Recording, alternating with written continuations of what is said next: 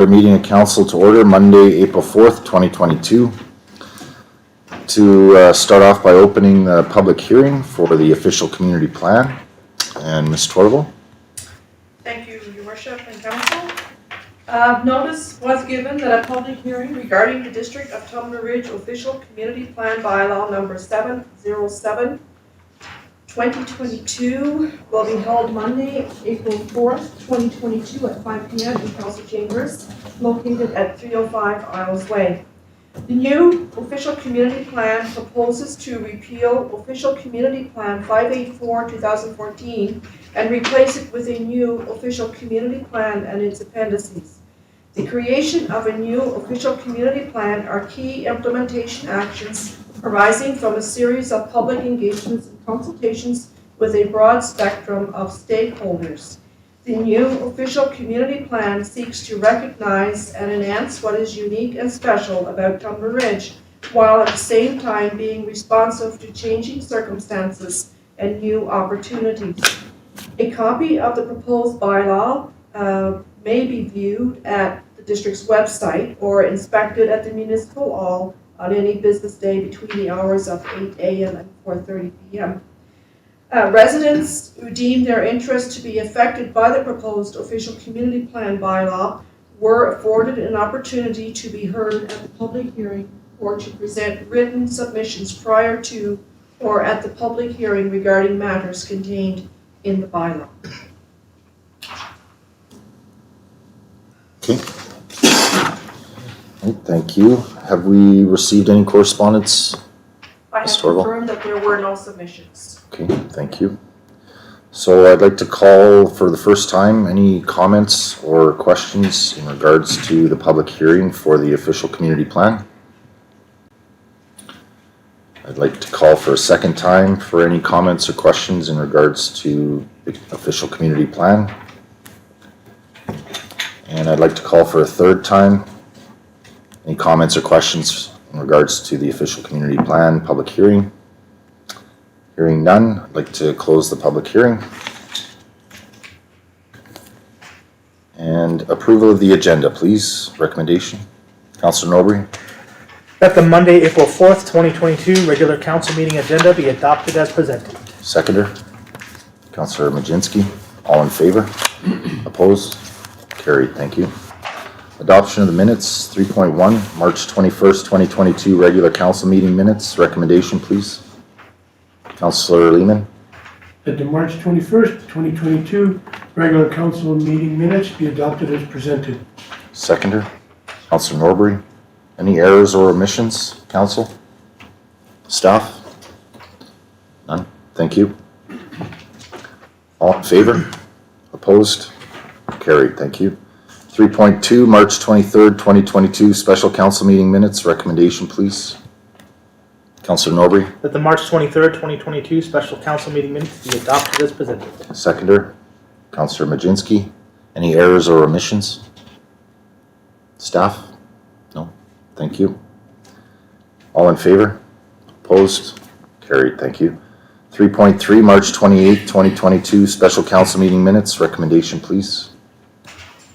Councillor Majinski. That the March 28th, 2022 special council meeting minutes be adopted as presented. Seconder. Councillor Lehman. Any errors or omissions? Staff? No. Thank you. All in favor? Opposed? Carried. Thank you. Any business arising from the minutes, council? Staff? No. Thank you. And delegations and petitions. 6.1, Tumbler Ridge Museum Foundation, Zena, Conlin, Rose Snyder and Sharman to present 2021 review and 2022 year ahead.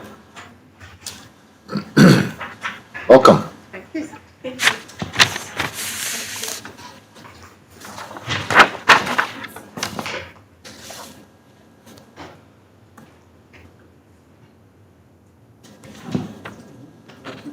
So Rose is out of town, I wasn't able Okay. to get today, so Okay. Birgit and I. Problem. They used our PowerPoint for us.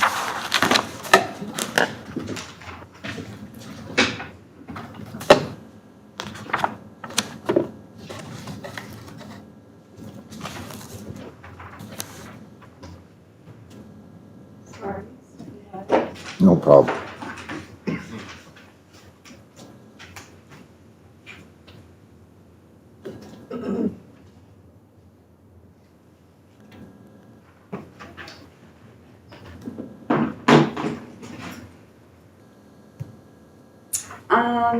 So first, I'd just like to say thank you to Mayor and Council for your continued support of the museum and giving us the opportunity to present to you today. I know it's a very busy time of year for everybody. We realized that the last time that we were able to present our annual update in person was in early February of 2020. So we thought it would be a good time to do an update. So we have not been immune to many of the challenges being experienced across the country over the last 2 years. It's affected all sectors and industries. Ongoing uncertainty has made planning difficult. Stress levels have been perpetually high, and we've struggled with recruitment, which has impacted our ability to deliver some of our services. And yet, through all of this, we are here. And as we look back, especially over the last 12 months, what we have been able to achieve is quite remarkable. To this success, I owe our staff, volunteers, and partners a deep debt of gratitude. Next slide. So although this does not represent all our accomplishments over the last year, we'd like to share with you some of our biggest highlights. So out of 3 funded tour guide positions last summer, we were only able to fill 1. She was a returning student from the previous year, and she excelled beyond all expectations, delivering 51 cabin pool and 30 Wolverine River track site tours and single-handedly increasing tour revenue by 18% over 2020. She also compiled a gallery guide for training purposes and left us with a list of easy-to-do drop-in program ideas. Although we don't yet know what positions will be funded for this summer, we do know she is excited at the prospect of returning again this year. We also welcomed our first large tour group since June 2019. There were 47, mostly international students and staff from Fort St. John and Dawson Creek Northern Lights college campuses. It was an all-hands-on-deck kind of day with staff and volunteers delivering tracksite and museum tours. Dr. Lawfield installed 2 temporary exhibits in the main museum gallery in June 2021. The first was his curatorial debut and features Tumbler Ridge's very own 90-million-year-old lobster, Luniparis qualitas. The 2019 discovery was made by Dr. Charles Helm. The second is a guest exhibit from the Royal BC Museum titled Buster, which features the first dinosaur species unique to the province. The research was conducted on material already held at the Royal BC Museum by Dr. Victoria Arbour, with whom Dr. Lawfield is collaborating with on several future exhibit and research projects. Doubly exciting was a noticeable increase in local and regional visitors in the weeks immediately following the install. As our gallery upgrade project unfolds, we will continue to monitor visitor numbers in the hopes of seeing a stronger correlation between new installs and local and regional visitors. The supporting data will help enable us to continue to be successful in future funding for ongoing exhibit development beyond the initial project. On the research side, 2 peer-reviewed scientific papers were published, and exceptionally low creek levels revealed new sites. Field work occurred very quickly, as it is not known if the creek levels will drop so low again this year, and on many levels, we hope that they don't. We participated in a multi-stakeholder digital marketing initiative in collaboration with the district's Economic Development Office and Northern BC Tourism. This was an incredible opportunity for the development of a complete digital marketing strategy, including a content calendar and design templates. We could not have done that on our own. Our archives volunteers recorded 220 hours in 2021, responding to several requests for photographs, studies, newspaper clippings, and other information, a lot of it surrounding the 40th anniversary of the town. And they completed the documentation of our Monkman collection, which includes primary and secondary source photographs, maps, records, and journals. We've renewed our partnerships with area Indigenous communities as we've embraced UNDRIP as a way of moving forward in discussing Indigenous representation in the museum. Then arguably, the most exciting development of 2021 was securing initial $526,000 in funding agreements to begin working on our major projects. This is both for the museum and in collaboration with the Geopark. So the projects included are the Dinosaur Discovery Gallery upgrade, the Heavy Collections upgrade, the contribution to the Geo-Interpretive Center, a virtual collections database, an online exhibition, and the development of virtual tours. Not all projects are fully funded yet, but this will certainly give us leverage in seeking the additional matching support. We are incredibly excited to move from planning into doing, and will be kept very busy over the next few years, as this is all a planned 3 to 4 year rollout on these projects. Next one. 2021 visitors. Museum visitor numbers have remained consistent and are comparable between 2020 and 2021. We were closed for 3 months during 2020 during the pandemic lockdown, but we were also open 6 days a week that summer as compared to 5 days a week last summer. We have shown resiliency and even growth during a difficult 2 years as we continue to work on our foundational pieces while balancing the need to move projects and research forward. Our visitor mix remains consistent year over year, with 35 to 40% from within the Peace region and 60 to 65% of visitors from beyond. Next slide. Project partnerships. We have spent a considerable amount of time over the last 2 years solidifying and strengthening our relationships. We have and continue to develop an expanding network of partner organizations with whom we collaborate on a variety of projects, from programming and marketing to policy writing and capital projects. We collectively get far more done by working together. 2022, in progress. We're in it. So we continue to offer free drop-in programs as capacity allows. We just had one of our part-time weekend staff leave for school off to Toronto. So that puts our programming a little bit up in the air for the foreseeable month or so. We were forced to reevaluate our recruitment options for 2022, as operational support from the PRRD is a continued question. As such, we have alternately applied for and are currently on a wait list for funding for a summer interim position to fill in our programs coordinator gap. This internship, if successful, would be from May to September, while we work toward a more permanent solution for the fall. Pending the result of the interim position, we are planning on bringing back our summer camps this year, if we can. We are just in the middle of starting to hear back on what our funding for the summer positions is. I've heard back from one of our grants, but not all of them yet. Research continues with one paper already published this year, starting to get a lot of kind of some national traction. We're on Quirks and Quarks this weekend, which is really fun. And we already have another one in development. This summer, we are expecting researchers from the Royal BC Museum, Western University, and the University of Colorado. Additionally, Dr. Lawfield continues to work with researchers around the globe, answering queries and coordinating loans of museum specimens to other institutions for study. We are also excited to welcome the delegation from the UNESCO Global Geoparks Network in support of this year's local revalidation. With the receipt of funding for our major capital projects, we are, of course, focused on getting those projects launched. For 2022, that means the development of our new collections database, and then phase 1 of the gallery project and phase 1 of the online exhibition. The museum and Geopark have also partnered with UNBC on a tourism research project. This is a master's level project and will include specific research on the development of virtual tourism in Tumbler Ridge.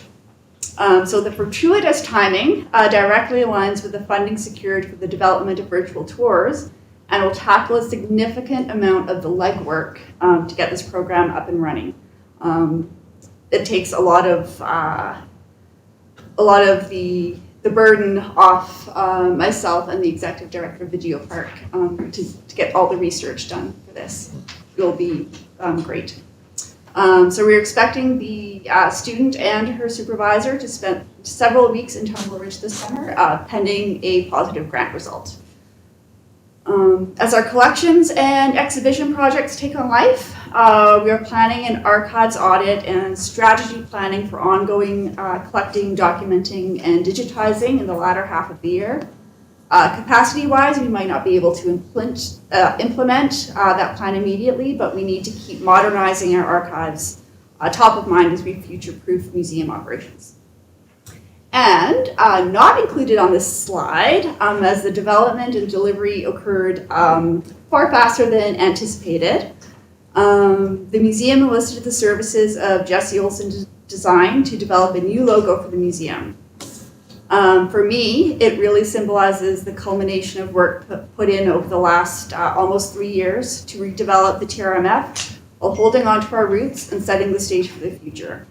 We very much look forward to sharing it with you soon. We're expecting that launch to happen within the next couple of weeks. We just need to do a full audit of where our current logo lives and then do a combined rollout of it. Last slide. So on behalf of myself and the board and our staff and our volunteers, I just want to again say thank you to Mayor and Council and the staff of the District of Tumbler Ridge for all your support. And we're happy to answer any questions. Excellent. Thank you very much for the presentation and all the information. That's really good news. Absolutely. Any questions, Council? Councillor Norbury? Thank you, Mayor Bertrand. I have a few comments, but I have a couple questions, so we'll start with those if that's okay. You were mentioning 39% of your visitors came from the United States. Was there any, did they explain why they came here? Was it because of the significance that the museum has brought to our history, or just traveling? Did they give any? I think it's 39% came from the PRD. Those colors are very close. It's 1% from the U.S. 60% from out of the region, 40% from in the region, I believe. Okay. But Most most of the not very people, significant then. but most of the people traveling from the US have been doing. What did they say? Most of them are doing the Alaska Highway, and we do know that. Right. Thank you. Our small 1%. Councillor Majinski. Thank you, Mayor. Thank you very much for the presentation. I have two questions, if I may. The first one is, you said that you secured $526,000 for the capital projects. Can you say that's half of the amount that is required? It actually really depends on the project. So as far as the gallery upgrade goes, I think we're sitting at about 70 to 75% funded. We did put in, as part of our project, because I know it was a big thing when it happened, was the kind of the large scale animatronics. So we did put that in the plan. It was those two things that nobody wanted to fund. They wanted to fund the basics and the foundations. So kind of those big splashy things we still need to go out and find the funding for. Something like the online exhibition, that is actually a program through Digital Museums Canada, which is run out of the National Museums Group. And through there, we can actually access up to an additional almost $200,000. So we got seed money, so we can do the RFP and get a third party to take that project on for us and help develop what that's going to look like, and then help us write the grant for that additional $150,000 or $200,000 that full project is going to be. So it depends on which project it is. Follow up? That's great. One other question I had is, what are your plans for hours of operation, or how many days of the week are you planning? Prior to the pandemic, it seemed like you were at 5 days and 6 days. Are you thinking of doing 6 again? Or? Well, so in previous years during the summer, it was 7 days a week, and then during pandemic, we had to kind of scale it back. And then last year with recruitment, we couldn't bring staff up here.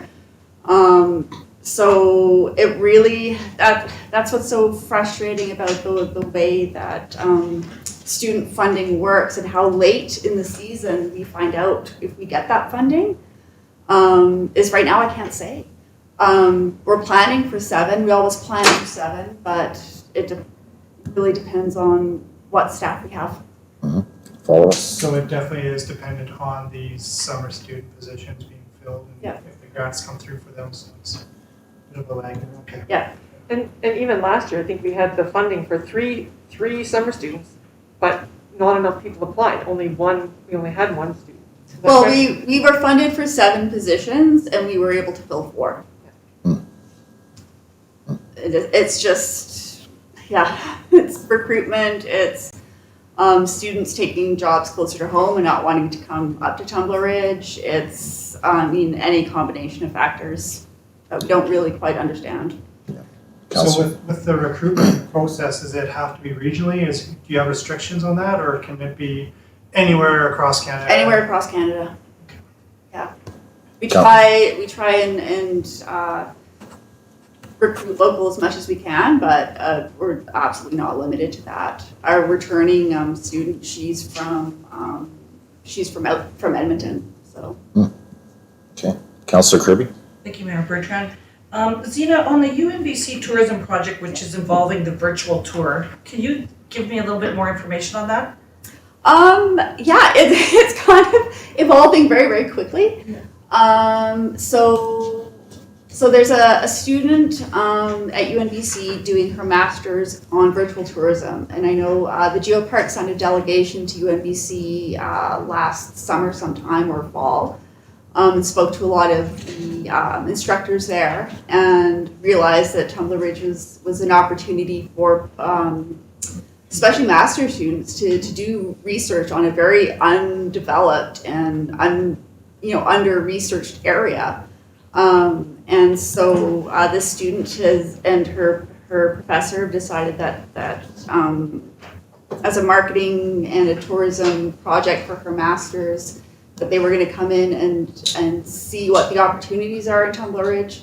They're going to develop a survey where they're going to talk to visitors and even figure out if virtual tourism is something that is applicable to our community, and if it is, in what capacity, like what are people looking for. And they're going to research the platforms, hosting, all of that stuff. They're going to put together a full package for us.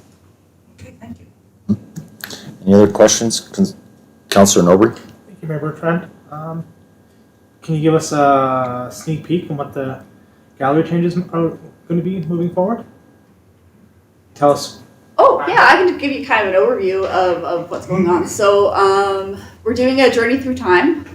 So it's going to explore, the main gallery is going to explore from our earliest kind of fossil record, which right now is sitting at about 450 million years old, and go through to the basically the end of the Ice Age. And it's going to be laid out in a way that, as a journey through time will make more sense going through the gallery on the time scale.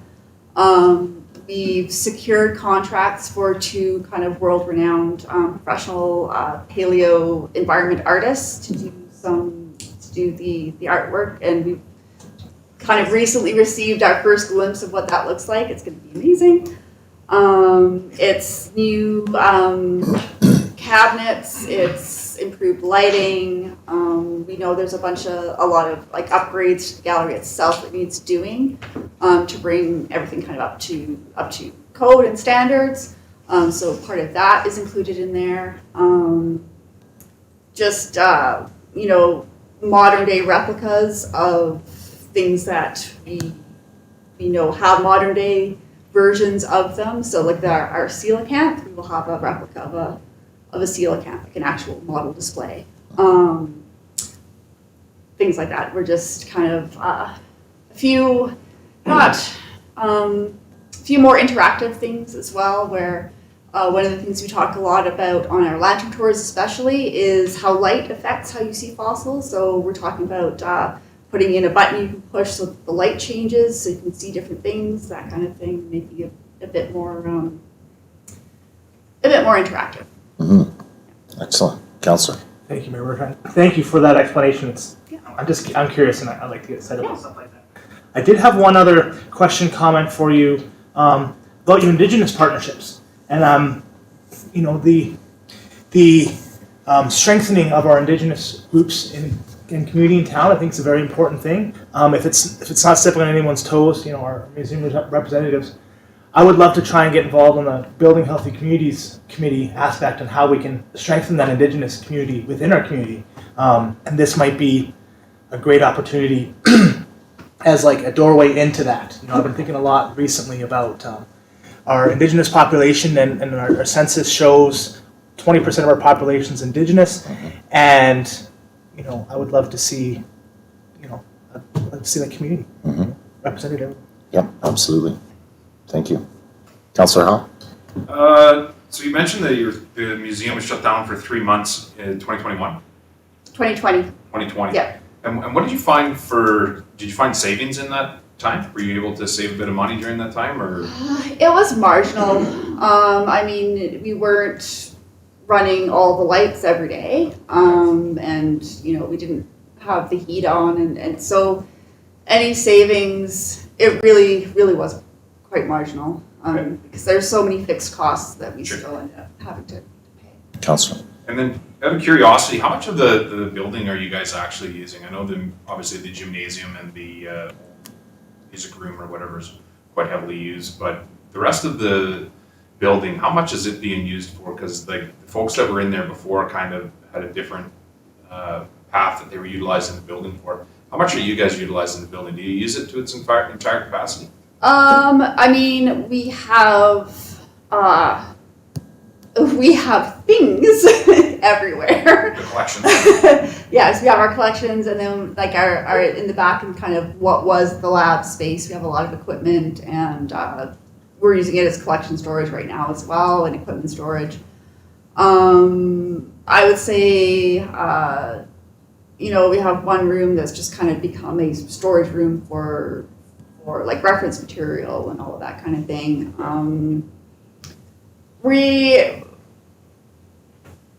not active in all the spaces all the time, but they all do have things in them. Okay. Go ahead. And have you had any conversations with the BC government at all, or BC Museum, BC Museum, about looking at Tumbler Ridge as a repository? Because that's always been my thing for 8 years since I came in on council, was the pie in the sky is that we would get some type of government funding to help offset the taxpayers for having the cost of the museum. Is that the repository is an excellent opportunity. That's legitimately what the back rooms are, correct me if I'm wrong, is a repository. And we don't get any funding for that. It's all on again, if we could take all the funding we give to you guys and just have it for what you do with the museum and the lantern tours and everything else, and forget about all that other stuff and have the government take care of that stuff. Have you guys had those conversations? Is that part of the flavor of the museum? Have. Yeah, so I've been working with the BC Fossils Management Office and Heritage Branch on a few different projects and levels. So for the fossil repository, there's a lot of like check boxes you have to fill. So we're going through the process right now of trying to collect all the documentation and put everything together to fill those check boxes. There are some environmental type things that we need to look at as well, but I'm not sure yet what that looks like or what the expense on that kind of thing would be. But yeah, we're working on it. We absolutely are. Yeah, fair enough.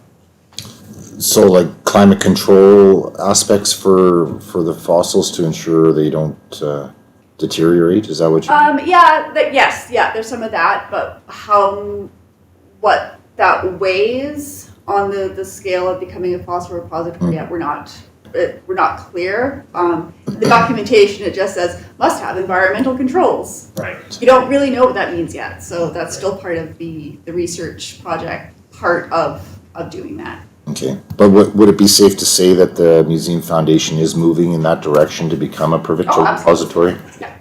Perfect, okay, thank you. Councillor Lehman? Thank you, Mayor. I'm just wondering, some of the specimens that are in the back or, I don't know, artifact, will they ever become part of the exhibit? Yes, yeah, that's part of, so part of doing the new exhibit is to be able to bring more out into the showroom or into the gallery space.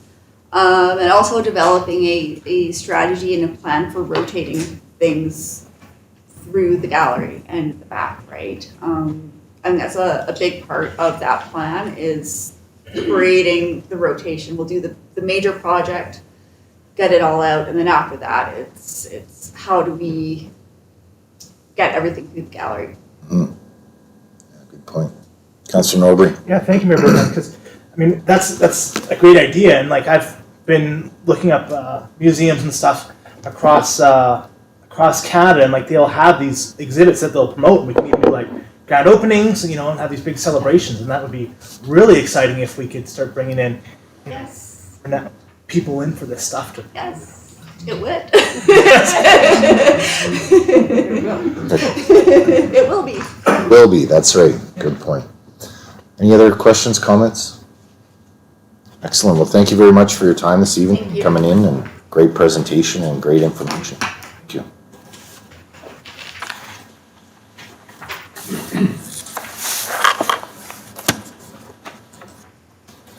All right, on to the consent agenda. Recommendation, please. Councillor Norbury, That all items in the April 4th, 2022 consent agenda be moved for information. a seconder. Councillor Lehman, all in favor? Opposed? Carried, thank you. Anything council would like to lift on the consent agenda? Councillor Norbury, Thank you, Mayor Bertrand. Can we lift 7.6, Tumbler Ridge Minor Hockey Banquet and Award Ceremony? for discussion, seconder. Councillor Majinski, all in favor? Opposed? Carried, thank you. Councillor Norbury, Bring up my notes here. So I guess my question to staff is, I mean, the TR Minor Hockey wants to have one of our uses of Trend Conference Center for their banquet and award ceremony. How many do we currently have booked? is there availability? Ms. Torval? Thank you, Mayor, and Council. We have 5 free uses per year. And there are 2 that are defaulted by policy, and so there are 3 available at this time. Okay, and no other applications or anything at this time, or Not at this time. plans for staff yet? No, There will be a plan for December staff. for a Christmas party possibly. Right, there's still two. Okay. Any follow-up, Councillor? Councillor Do Norbury? we know what to have defaulted? I can assume the district Christmas party, maybe the firefighters party, sometimes in the Legion. Ms. Torval? Thank you, Mayor. Well, the ones that are covered through your policy is the Children's Center and the firefighters. Volunteer fire department. Okay. Those are the 2. Thank you. Councillor Kirkowka? Thank you. Just back to staff. What did we do previously? I remember this coming forward, and if I'm memory corrects me right, we sent this back to them and saying to go to back to Anglo, asking them for work in the mines. They came previously, and I believe Anglo accepted that. Just want to step on toes there. Ms. Torval? Yeah, that is correct. Council is correct. Council did send it back to the group to go and approach Peace River Coal directly rather than coming through us because it's all through the city. Okay. Any follow-up? Just curious. Okay. Any other questions? Comments? Councillor Norbury? Thank you, Mayor Bertrand. I mean, hearing that we have 2 open, they're asking for it. I can't see the harm in giving it to them. So I'll make a motion that we allow Tumbler Ridge Minor Hockey Association the use of one of our 5 uses of Trend Mountain Conference Center for the banquet and award ceremony. Okay, seconder. Councillor Howe? Discussion? Yeah, in discussing this with a couple of people involved with minor hockey, I did find out that they've taken a significant hit financially over these last couple of years, not being able to have tournaments. they're very strapped at the moment. They did have a pretty healthy bank account, but until 2020, but the inability to have the tournaments and the regular fundraising that they've not been able to do has really affected them significantly. So I would be in support of this as well. Any other comments? All in favor? Opposed? Carried. Thank you. Anything else on the consent agenda, Council? Councillor Kirby? 7.2, the BC Electoral Boundaries Commission. For discussion, seconder. Councillor Kirkowka. All in favor? Opposed? Carried. Thank you. Councillor Kirby? Thank you, Mayor Bertrand. I think it's important that we discuss this issue. I mean, if they're going to take seats away from the north, we're losing representation. And already we only have a few seats. So I think getting information out to the public through the commission website, letting the public know that they can comment on it, attending the in-person meeting when it is scheduled for our area. I think it'd be important for either the mayor or the acting mayor to attend, and then also by writing the commission directly from our council, because I think it's important. I agree. Absolutely. Councillor? I know this was presented earlier in March. Has there been a map presented to staff on the electrical boundaries that shows how it will change? I know it's like 16 seats, I think, and then they get moved from the north or rural BC down to the lower mainland. By population, I believe it is, yeah. So we could have one, representation from Prince George all the way up to Fort Nelson and across. It just doesn't make any sense. No, it doesn't. Ms. Torval? Thank you, Mayor. I'm not aware of a map. It's probably online. There's probably one online on the website. Okay. Yeah, I think you've definitely highlighted the concerns there, Councillor Kirby. It's I think our letter really needs to explain the fact of how large the Peace Region is, and that's just the Peace Region. That's the Northeast. Yeah. You know, we're talking about the entire North here. So, yeah, I certainly wouldn't be in favor of any type of amalgamating our MLAs. That's for sure. Care to make a motion, Councillor Kirby?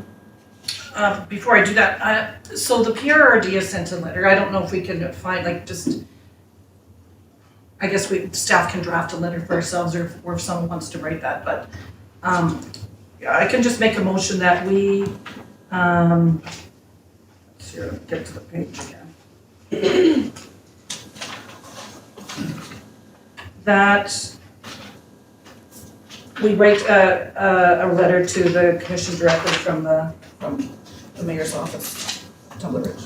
In opposition to any changes to electoral Yes. area boundaries? Yeah. Did we capture that? Okay. Seconder? Councillor Norbury? Any discussion? Councillor Howe? Well, my concern is a decrease to our region. I wouldn't mind seeing an increase to our region. So that might be a point that we should put in the letter as well. There's a lot more to representing an area than just the amount of people that are in an area. You know, in Vancouver, you can hit a city block and have as many people that are in our area. Like our MLAs, how far they have to travel and the different industries that they have to be involved in. Forestry, mining, wind, oil and gas, transportation issues, Site C Dam. I mean, there's so much stuff going on up here. But when you're in a small area in Vancouver where you've got population, there's no industry. They don't have to know about any of that type of stuff. And to me, we should actually be looking for more representation in our area. And I think that's what we should highlight in our letter, is that we should add that we need more than what we have in our region. So. I agree. Any other comments, questions? All in favor? Opposed? Carried. Thank you. Anything else on the consent agenda, Council? Okay, moving on to bylaws. 8.1 zoning amendment bylaw number 709 2022, third reading. A report from the Deputy Director of Corporate Services dated March 21st, 2022. Seek third reading of zoning amendment bylaw number 709 2022. Councillor Howell. Just gotta remove myself for this. Thank you.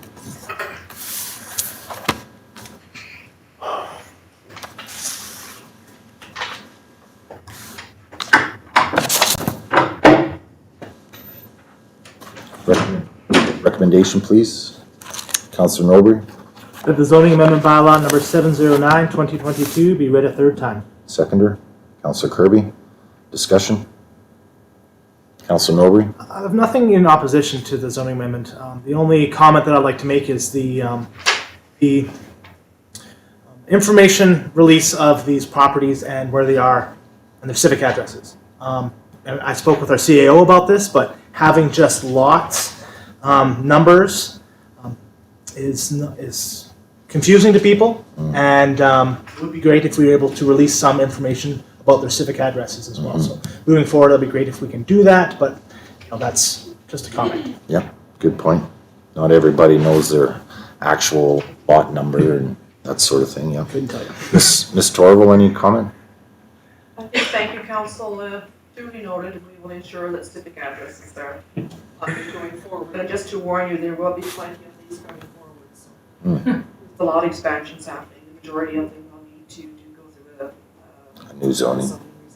Yeah. The Councillor reason why I Norbury, mention it is that I gave somebody the wrong area, and then it was a panicked discussion on like, well, they thought that it was their land. I'm like, no. You have to apply for this. And like, because I mean, the cul-de-sacs look familiar in that area, right? And they're like, well, this is my lot, and you're expanding it. right. No, we're not giving you land for free, but that mix-up might be clarified if we're able to legally, right? Like I understand that, we need to have confidentiality. Yeah. Perfect. Okay. Any other comments, questions? Call to question, all in favor? Opposed? Carried, thank you. Grab Councillor Howell, thank you. They're about to dig up their fence. Oh, wow.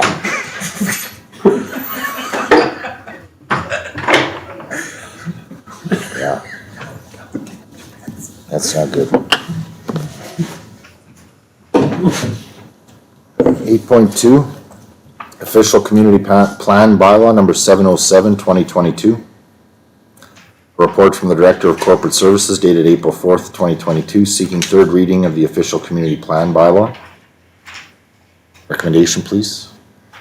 Councillor Lehman, The council gives third reading to the District of Tumbler Ridge Official Community Plan Bylaw number 707, 2022. seconder. Councillor Kirkowka, discussion. Call to question, all in favor? Opposed? Carried, thank you. Can we have, sorry? I believe there was no opposition. Yeah. Can we duly note Councillor Howe was opposed on that, please? Oh, so it didn't pass. Okay. Okay, very well. New business. 9.1, Soto First Nations TLE support. Council forwarded this motion from March 14th, 2022 Policies and Priorities meeting for formal approval. Recommendation, please. Councillor Kirby. Mayor Bertrand, I will move that council supports Soto First Nation Site C land selections and treaty land entitlements known as the Tumbler Ridge parcels, Moose Lake parcel, and Murray River parcel. Seconder. Councillor Kirkowka. Discussion. Councillor Howe. Yeah, this has been a long time coming. We've worked on this for a while, and we have picked apart these maps. We have gone back and forth with Soto and our staff, and I think this is a fantastic step forward for us as a community. It took me a long time to really come around to seeing this as a positive thing for the community. I do at this point. I think it's positive. I like the interactions that we've had with Soto, and this is not about blocking access to land. That they were very clear to us about that, and I just wanted to point that out, that they were upset that they were blocked access to land years ago, and they have no intention of doing that to residents of Tumbler Ridge in these areas. And in fact, they plan on making some of the areas better. So I just wanted to point that out, and that I am in favor of it. Excellent, thank you. Any other comments, questions? Call the question, all in favor? Opposed? Carried, thank you. 9.2, PW14 Fleet Replacement Policy.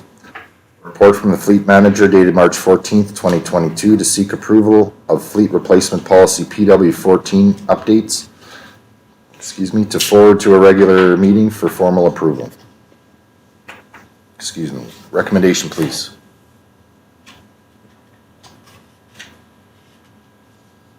Councillor Kirkowka. Council approves changes to amend PW 14, fleet replacement policy. Seconder, Councillor Kirby. Discussion?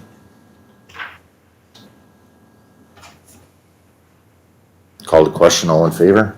Opposed? Carried. Thank you. 9.3. 2022 fee for service and grant and aid applications. A report from the Director of Finance dated April 4th, 2022, presenting the 2022 fee for service and grant and aid applications.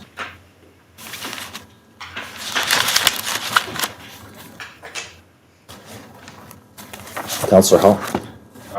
The first recommendation on the floor that a 3-year fee for service for $2,000 per year for 2022, 2023, and 2024 be approved for Tumbler Ridge Mountain Bike Association for insurance costs. Seconder, Councillor Kirby. Discussion?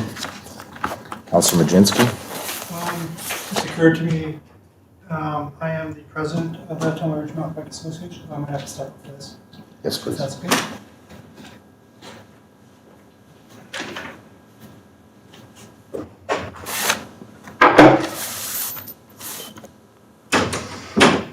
Okay. Comments, questions? To be honest, I'm having a hard time with this one. I kind of think that as a nonprofit organization, there comes a bit of responsibility to operate in some sense. And I get that the $5 million liability is expected to do the work on the ridge, and maybe if they weren't doing that work on the ridge, they wouldn't be expected to do that, and therefore have the $2,000 cost. But this is a tough one for me. I believe TRMBA should be responsible for this insurance. Councillor Nobre. Thank you, Mayor Bertrand. Yeah, I think I understand what you're saying, and get them to fundraise themselves. Like, I know a lot of organizations, when they have memberships, there's a membership fee, and they can generate revenue that way.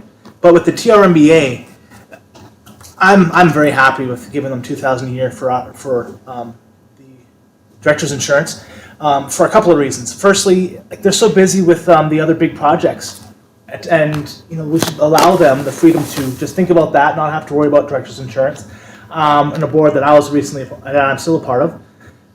When you don't have director's insurance, it's really hard to get directors for your board, and it creates a lot of concerns for them in their liability risk. So I think for $2,000 a year, I'm happy to support them. I don't believe this is for director's insurance, though. It doesn't say that. I believe it's for the liability, the $5 million liability insurance required by the district in order to create work on the hill. So I don't believe this is director insurance.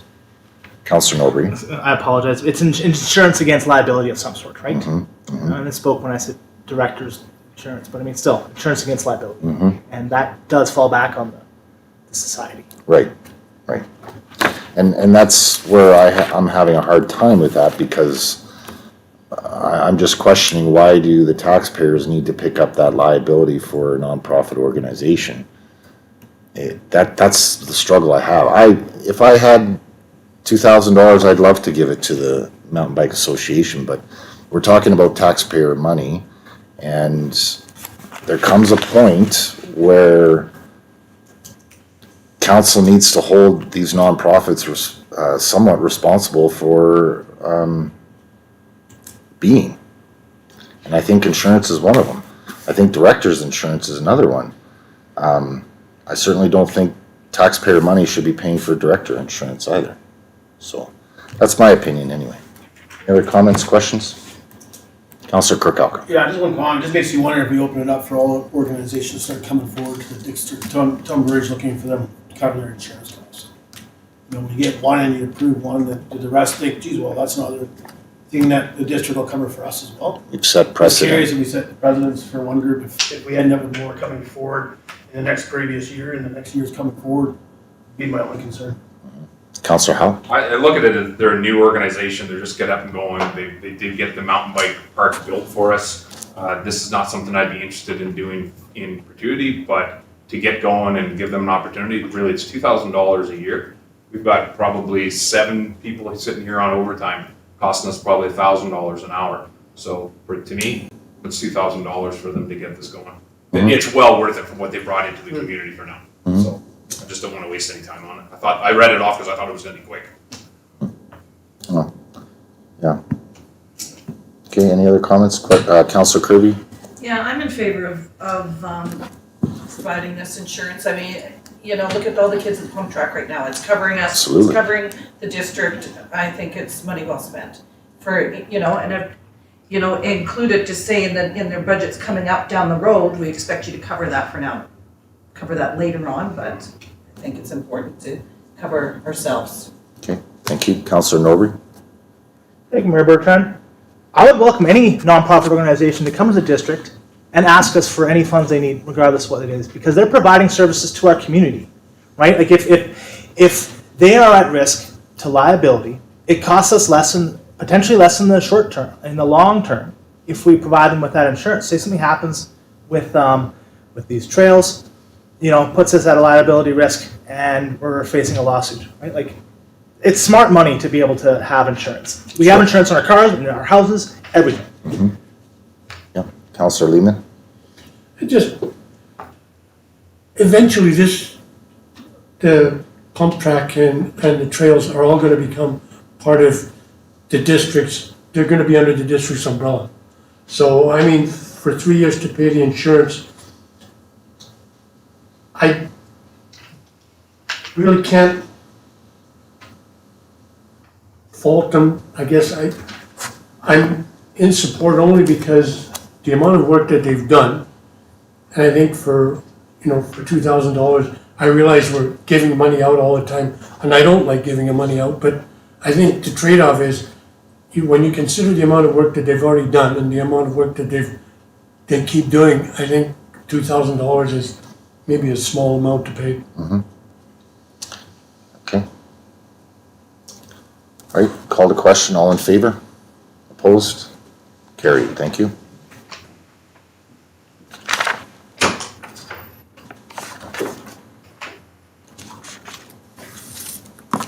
Thank you, Councillor Kirby.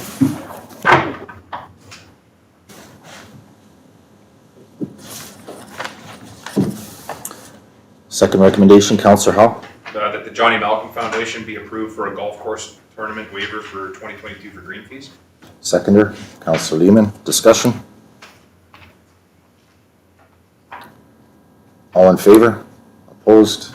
Carried. Thank you. Another recommendation, Councillor Norbury. I'd like to bring up number 2 for discussion. Seconder, Councillor Kirby. All in favor? Opposed? Carried. Thank you. Councillor Norbury. Thank you, Mayor Bertrand. So, just any people watching, number 2 is the grant and aid for the TR Days Society. I'd like to bring this up for discussion as staff has recommended that they take this project in-house. And because they feel it could be lower the cost for the associated works. Do we have a ballpark on what that would cost? How would that affect the budget? Because if they can do it cheaper, I think that's right. I'm sorry, is this new information? Oh, it's on Or is page it in the 158. report? Okay. Okay, Ms. Torval, any comments?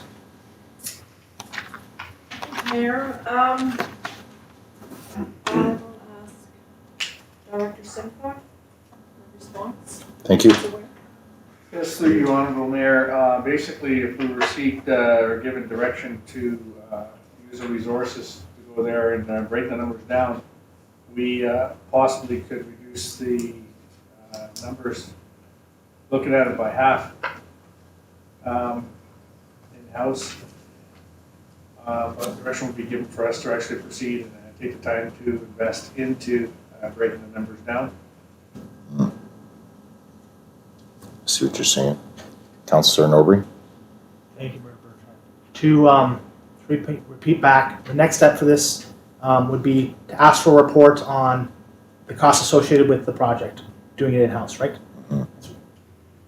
Okay, so I'd like to make that recommendation that we ask staff for a report on the TR Days Society project of bringing BC hydropower to the fairgrounds to be done in-house. I think a report will do that, yeah. Seconder, Councillor Majinski, discussion? Councillor Howe? Yeah, and I just want to know a little bit around the whole power issue. There's power on the site. The whole point of moving the building, I was told, is so that it was closer to power and for security or for fire access or whatever it was. But part of it was to get it closer to the power pole that's already on site. There's single phase power to the east side of the property, and right across the road in the old Quadra camp is 3-phase power that is unused. That's sitting 3 buckets sitting up there. I don't know if you can grab it, if you can steal it or use it, or how that works. But this equipment is right there. It's within a power pole away from there. When I saw $55,000 here, I was shocked. Because I've always been not crazy on this building that we moved, and the reason why we moved it, I thought was ridiculous in the first place. But the whole point was to get it closer to power so it was cheaper, not $55,000 more. So to me, if this is the direction we're going to go, to allow staff to have a look at it to see if there's a cheaper option, I'm way more in favor of that than I am to putting out $55,000. So. Yeah, as far as I understand, correct me if I'm wrong, Ms. Torval, this is to power the stage and the gazebo. This isn't to power the actual building at the front of the property, is that correct? I will ask Director Simcoe to respond. Thank you through you, Honourable Mayor. You're correct, Councillor Howe. Internally, we have resources, not only electrical, we have structural engineering, we have engineering, we have mechanical, that can actually reduce the numbers down greatly. You're 100% correct about 3-phase initial, and there has to be, and the question would have been asked by us as a resource to, directed by council, what the long-term plan is for the final product of the park, yeah? And that would determine, you have to have a longevity plan to actually, you don't just start running power and say, this will do for now, and then we gotta change it later. Here, I wouldn't do anything unless it was a 3-phase opt-out into a 20-foot double-grounded isolate system. So that's why we use the resources to say, listen, let's look ahead. This project's gonna take about 20, 30 hours of brainstorming and a couple meetings to get this stuff together. And that's gonna, under the direction that was given, then we can bring a plan forward and give you what they call a long-term plan on what the end result's gonna be. Perfect. Councillor Howe? And so where the previous Grizz Fest grounds were as well, there's a pole down there as well. The pole, the panel, and I'm not sure if it's 3-phase power there, I think it's not. But, if it was done before that way, like exactly that, are they planning on doing things greater and grander than whatever we did? Now they need bigger power? I don't know, but to me, and again, it's not just about, it's part and parcel. Like, we weren't told the whole story on moving the building. We gotta move the building because we gotta get it closer to power. Now it's like, by the way, we've also gotta run power all the way to the other side of the yard. Well, if we had to run power to the other side of the yard, why'd we move the building? You know what I mean? Like, that's where you kind of get part of the story, you make a decision based on the information you have, and then the story changes a year later. So, Yeah. It seems a little ridiculous to me, but to move forward with it, I'd way rather see staff take a run at it if they think they can cut the costs in half. Absolutely, and I would like to see that plan as well, because that's my biggest fear too, is we have 55,000 requests this year. What are we going to have next year? What are we missing? So let's put the whole package together and see what we have there. I agree. Comments, questions? Councillor Kirby? Thank you, Mayor Bertrand. No, I think it's a great idea to do this in-house. I mean, you can't really have an events ground or without power. You can't have a stage that doesn't have power. So obviously the plans really didn't change as far as we knew power had to be out there to have a proper running facility. So, and down the line, sure, there's gonna be more to come. They're gonna be applying for grants for landscaping, which we turned down last year. And beer gardens. So those are two that we know that are coming through the loop that they're going to be applying for grants for, but the power is a big one, and if we can do that in-house at cheaper costs, it's going to be good. Okay, thank you. Any other comments? Councillor Howe? I just gotta say it, the power lines were in the ground. They were already there. They were existing. I don't know what we did with them, if we took them out or tore them out or whatever, but they were there, they were existing. Before we moved the building, the power lines were in underneath the ground. I saw them with my own eyes, so that's what I'm getting at, is that it just, when you're doing it part and parcel like this, I understand that there's other things coming, Councillor Kirby, and that's different from this one that's been a contentious issue for me, so I just needed to point that out. Okay, thank you. Call the question, all in favor? Opposed? Carried, thank you. Another recommendation, Councillor Lehman? That the Royal Canadian Legion Parish 286 Tumbler Ridge be approved for a golf course tournament waiver for grain fees and cart. Seconder, Councillor Kirkowka, discussion? Call the question, all in favor? Opposed? Carried, thank you. Any other recommendations? Councillor Kirby? Yes, I'd like to move number 3, that a 1-year fee for service for $21,835 be approved for the Tumbler Ridge Chamber of Commerce for the equivalent of business licenses received in 2021. Seconder. Councillor Norbury, discussion? Councillor Norbury? Thank you, Mayor Bertrand. I'm in support of this as, now more than ever, I think we need to have a voice for our business community, a united voice for our business community. That's the ultimate, ideal chamber.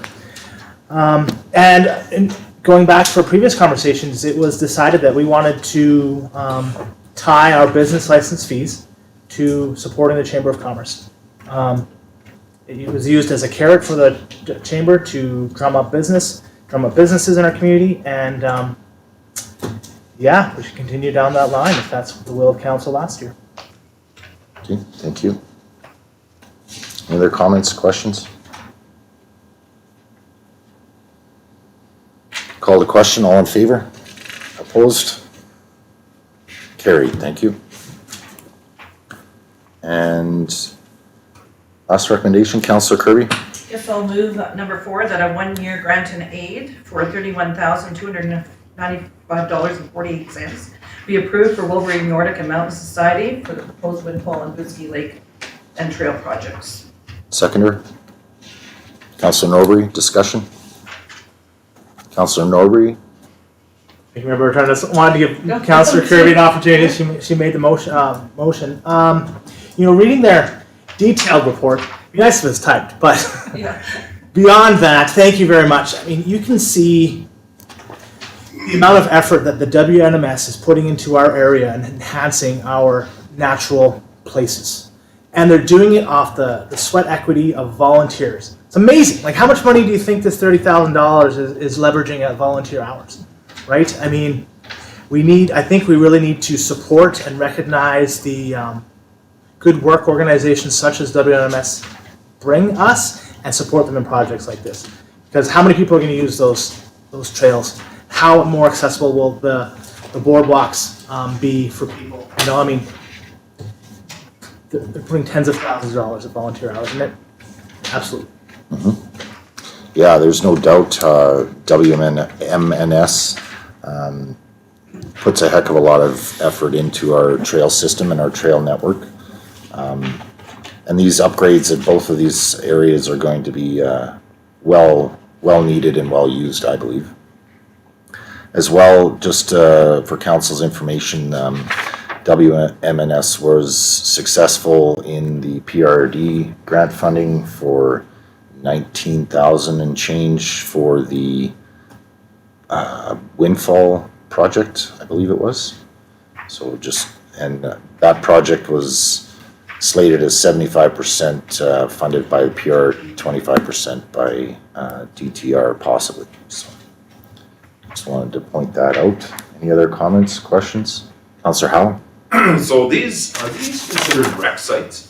Is that what these are, rec sites, or these are what? I believe these are classified as geosites. Ms. Torval, are you familiar? Sorry, I'm not I don't believe they're provincial rec sites, no. Okay. One thing I did want to point out that I picked up out of their application is the proposal includes travel costs which are estimated. Any not used will be refunded to the District of Tumbler Ridge not claimed should the event be awarded. I think that's what that says. So I think that's pretty noble as well, right? Like to say, like, if we don't need all this money, we'll give you some money back. So, you know, I'm a little hesitant on that amount of money being something that we start seeing here every year on council, like, but, you know, and that was my hold up on it, but that's kind of where I crossed the fence there on that one, is when they talked about giving money back if they don't need it. So very few people come in and say that. Very true. Just with my experience in lumber prices, I'm not sure if there will be money left over, unfortunately. It's gone through the roof. Any other comments? Councillor Majinski? Just one comment on the Wolverine North Mountain Society, and they also do have a new logo. And hopefully we'll get to see that on all the areas as well, and promotions. So Excellent. good to see, so it's nice and refreshed, so it's going to be cohesive with a lot of our other logos as well. which is really Excellent. nice. Good. Okay, any other comments, questions? Call the question, all in favor? Opposed? Carried, thank you. 9.4. I think that was all of them, correct? Yeah. 9.4, UNESCO Global Geopark Operational Funding. A report from the Chief Administrative Officer dated April 4th, 2022 to provide council with information in regard to adding the UNESCO Global Geopark as a line item. Recommendation, please, Councillor Norbury. The council provides funding to the Tumbler Ridge UNESCO Global Geopark for 2022 in the amount of $120,000, equivalent to the loss of funding through the Economic Development Function with the Peace River Regional District, less any obtained funding from other municipalities in the region. Seconder, Councillor Kirby, discussion? I'm thinking,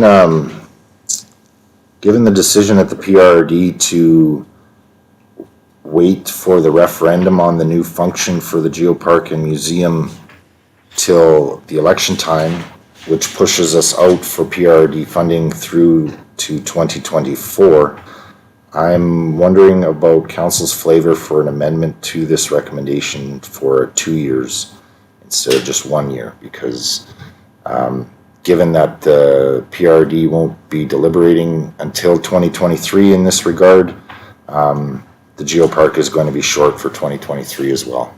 So I would be interested in amendment, Councillor Kirby. Thank you, Mayor Bertrand. I'm in favor of that amendment. It would have been something I would have brought up, so I would like to vote in favor of that. So I'll make the amendment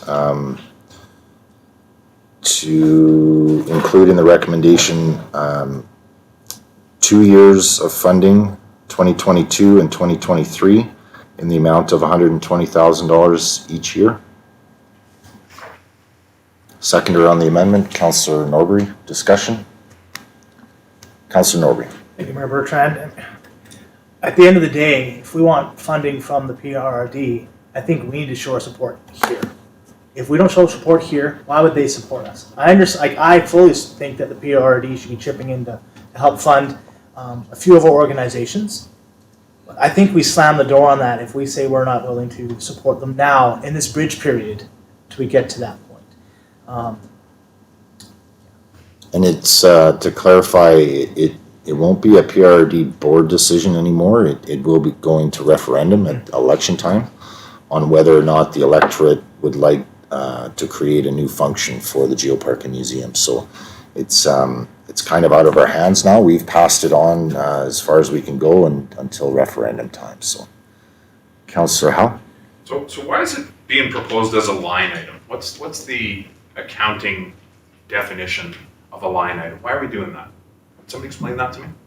Good question. I'm not sure. Councillor Kirby? Thank you, Mayor Bertrand. I think it was as a line item because it's operational funding.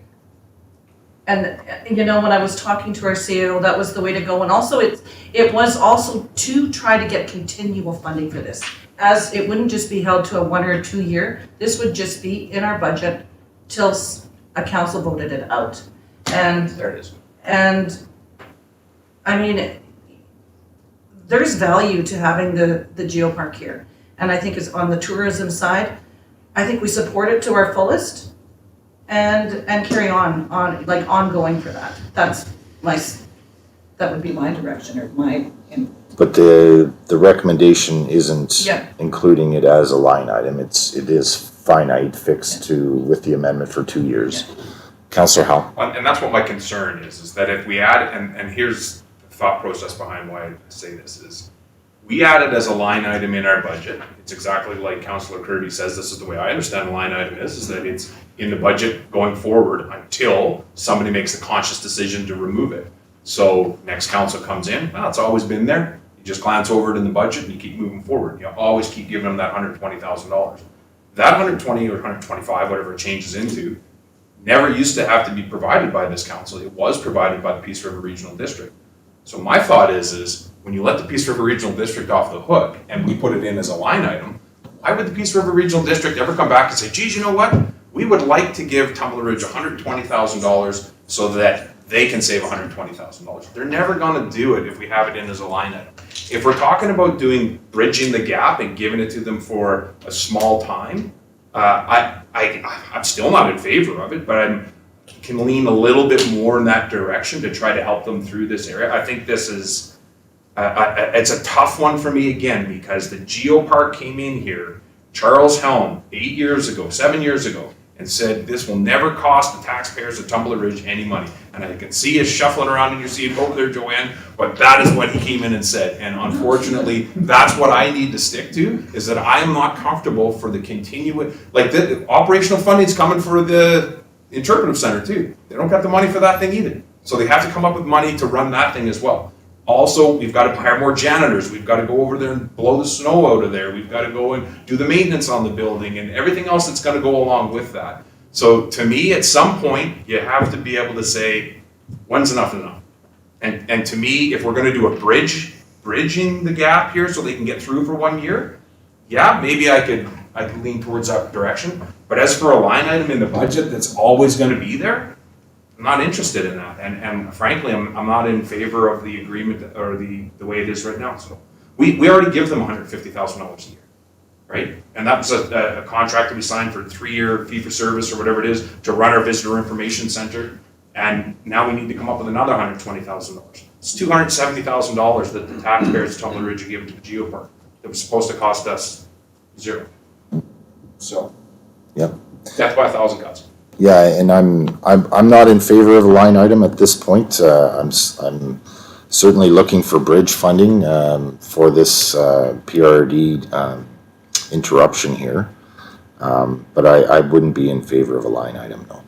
Councillor Norbury? Thank you, Mayor Bertrand. I have two things. First is a quick one. Like, does this motion put into effect this funding as a line item? It doesn't read to me like it's line item we're talking about 2 years only. Correct. If we're talking about the amendment right now, yeah. Mm-hmm.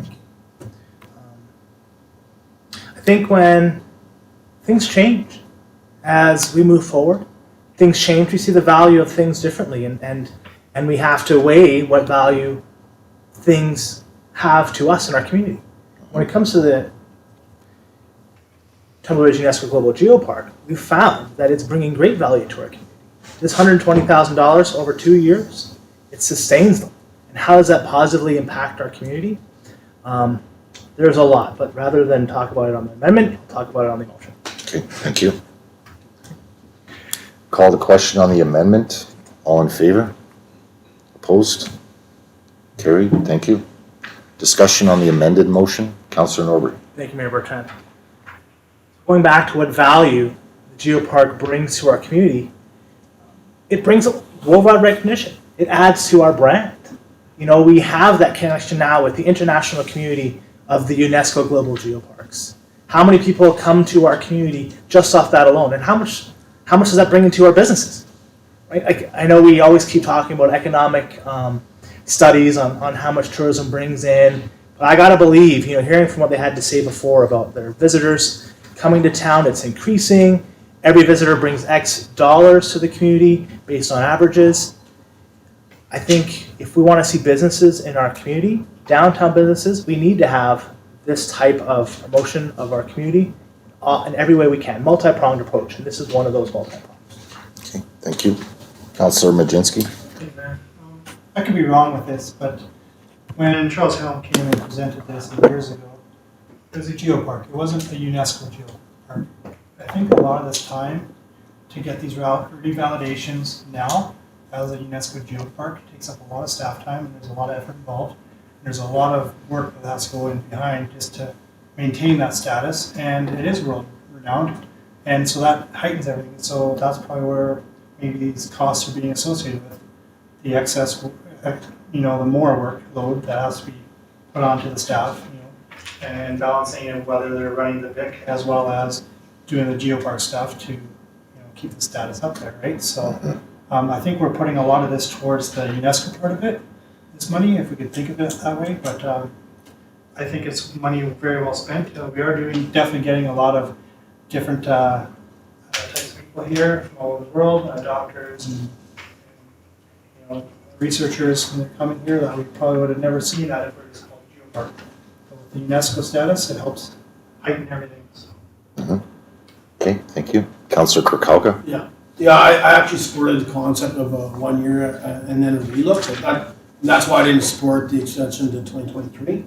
But just back to staff in regards to the task sheet that we were given our agenda on page 304. If this goes through, can we just hear exactly what the increase possibly could be back to our residents to fund the geopark at 120K? Ms. Torval. Thank you, Council. I'm just conferring with the CFO. So Madam Council, I gave you this sheet because it kind of gives you an example. Obviously, if we bring an extra service in or a grant, this is what it would cost, because we're looking at 1% being around 93,392. That being said, obviously, as you know, we're meeting tomorrow evening to discuss the budget, so there are a few things on the budget we need to discuss. So I'm not saying that this increase is going to be there. I need direction from you. So. Still up in the air at this point. Councillor, follow up. Yeah, and I just wanted to make sure that was known, that it was just there for information, that's not an actual. Right. Because this is handed out, public can see it online, people can grab it from the gallery, so I wanted to make sure that there was already chat around the community in regards to this, and I'm like, no, it's just a thing, I just wanted that on. Hypothetical. Yeah, hypothetical thing until budget discussed, so. Okay, Councillor Norbury. Thank you, Mayor Burke. And on the topic of taxation, this is made under the assumption that we only tax our residential and business taxes, which is 12-15% of our taxation, right? So 17. Thank you, Councillor Majinski. Why do we need to tax our residents about this? This is our taxation scheme is made to leverage the industry we have in our area. This doesn't have to shake out in our residents. I wouldn't say leverage, I would say complement, and we certainly don't want to bleed them dry either. That would be my comments. Any other comments, questions? Councillor Lehman? Just, thank you, Mayor. Getting back to the geopark bringing economic benefit to the community. So when you put in $270,000 a year, I know part of it is for running the VIC Center. So do we actually have concrete numbers to prove that these visitors bring X amount of dollars back into the community? We're assuming a lot of things. And I realize that people come in, but how many of those people are coming because it's a geopark? How many are coming because of the trails? How many are coming because of the skidoos? And how many are coming for other reasons to visit family or even go to the museum? So until you have all those numbers and specific numbers, then you can assume anything you want and say that, yeah, these guys are bringing in $6 million a year. But how do you prove that? And that's where I have a problem. Like, I know we have to fund this geopark, otherwise we're gonna lose it. But there's gotta be a time where you gotta figure out what are the benefits and what are the repercussions of spending that money. Because it's fine to just spend it, but you want the best bang for your buck. So be careful where you spend it. And justification for the spend as Yeah. well. Yeah, absolutely. And maybe that's where an economic impact study could come into play here. You know, we haven't had a long history of economic impact studies in Tumbler Ridge, and I think it's something that's well needed, because we sit up here and assume a lot of different things, but when those studies are completed, it really shows some concrete data and justification for those spends as well. Councillor Majinski? Thank you, Mayor Bertrand. Just going back to our grant needs, is well aware that we just approved Wolverine Arc Mountain Society, Windfall, and Brewski Lake projects. So we're seeing a big influx of people coming to our area to see our natural beauty in the backcountry, and that's where all of these rock formations are. And they obviously see a need, and they've been overwhelmed with the amount of traffic that they're getting, and they need these outhouses. They need them for 10 pads, food caches to be safe or whatever. So we're obviously seeing it slowly but surely, new incremental improvements in our trails, and even with the museum delegation we had, with the how many lantern tours we're on, and how many of these geosite tours are being put on here. It's incredible by one person.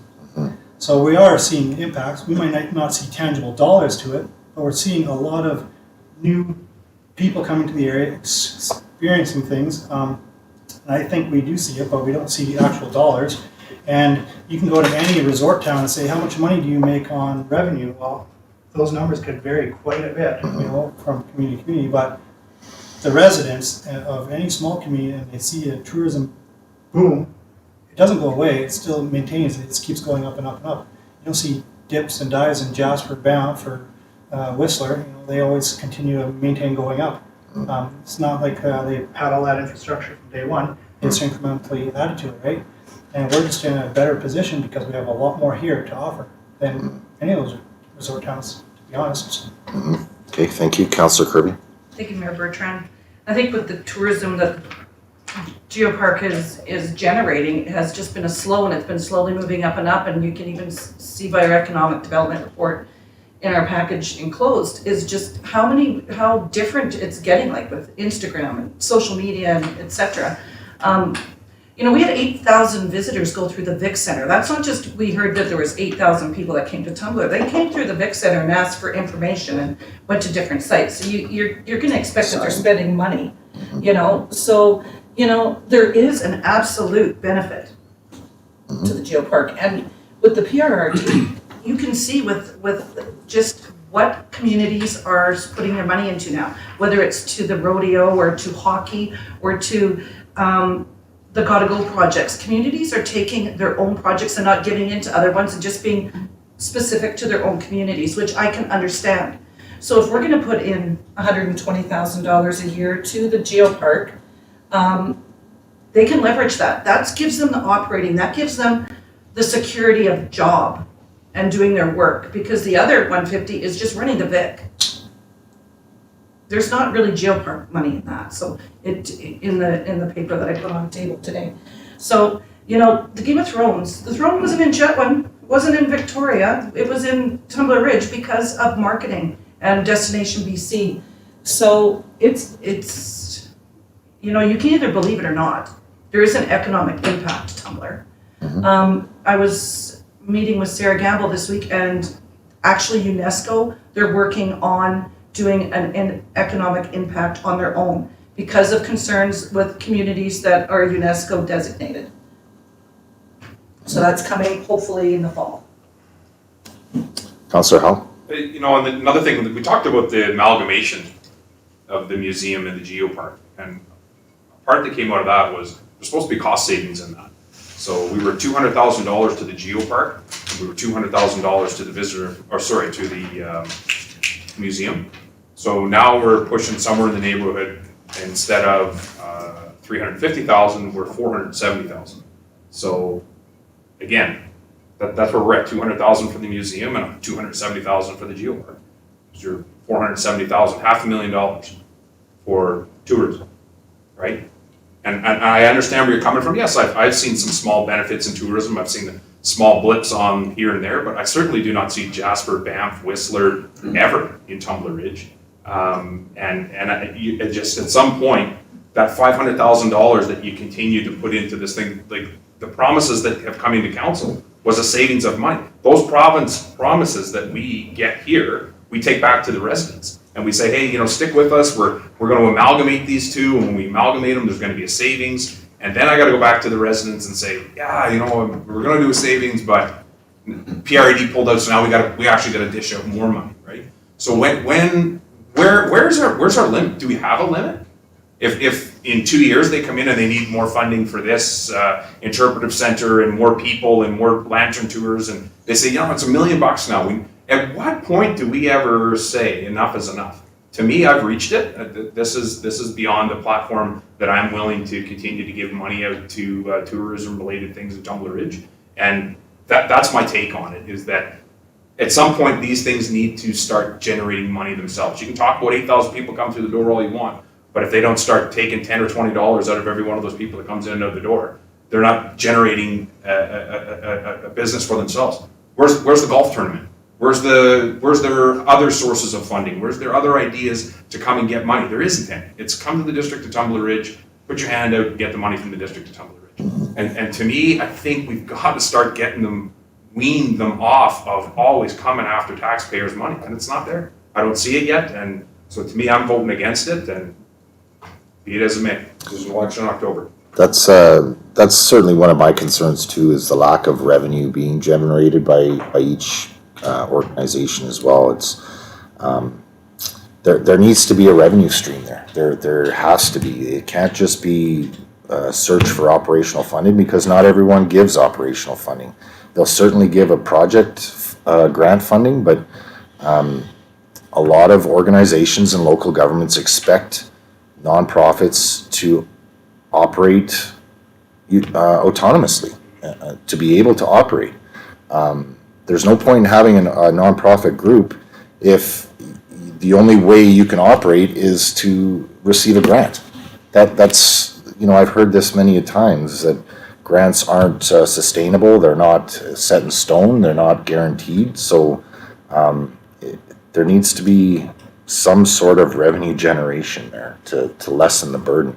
And there's no doubt there needs to be provincial involvement as well. It's pretty frustrating, and even UNESCO not having any kind of operational funding. It's pretty ridiculous, in my opinion, that this organization, worldwide organization, can set out a structure for geoparks around the world, but not set up or not have any kind of financial support. And in my opinion, each geopark sets their own mandate, whatever they can get their hands on. And it's not right. So I'm going to call the question on the amended motion. All in favor? Opposed? Carried. Thank you. 9.5, Community Center auto opening doors, fire doors. Report from the Fleet Manager dated April 4th, 2022, to seek council approval to replace the automatic door controllers in the linkway at the Community Center. Recommendation, please. Councillor Lehman. That council approves the installation, replacement of faulty automatic door controllers in linkway through operational funding. Seconder. Councillor Majinski, discussion. All in favor? Opposed? Carried. Thank you. Second recommendation, please. Councillor Lehman. That council approves the installation, replacement of the inner automatic door at the entrance to the community center. Seconder. Councillor Kirkowka, discussion. Ms. Torval, can we, just for clarification, the linkway, which area are we talking about in the community center? Ms. Torval? Thank you, Mayor. I will ask Director Simcock or Just for clarification. Mr. Mulder. Thank you. Mayor and Council. No. It's between the, between the gym and the pool, that hallway, the lakeway they call it. Okay, thank you. Any comments, questions? All in favor? Opposed? Carried, thank you. 9.6, COVID-19 Restart Grant Allocation Update.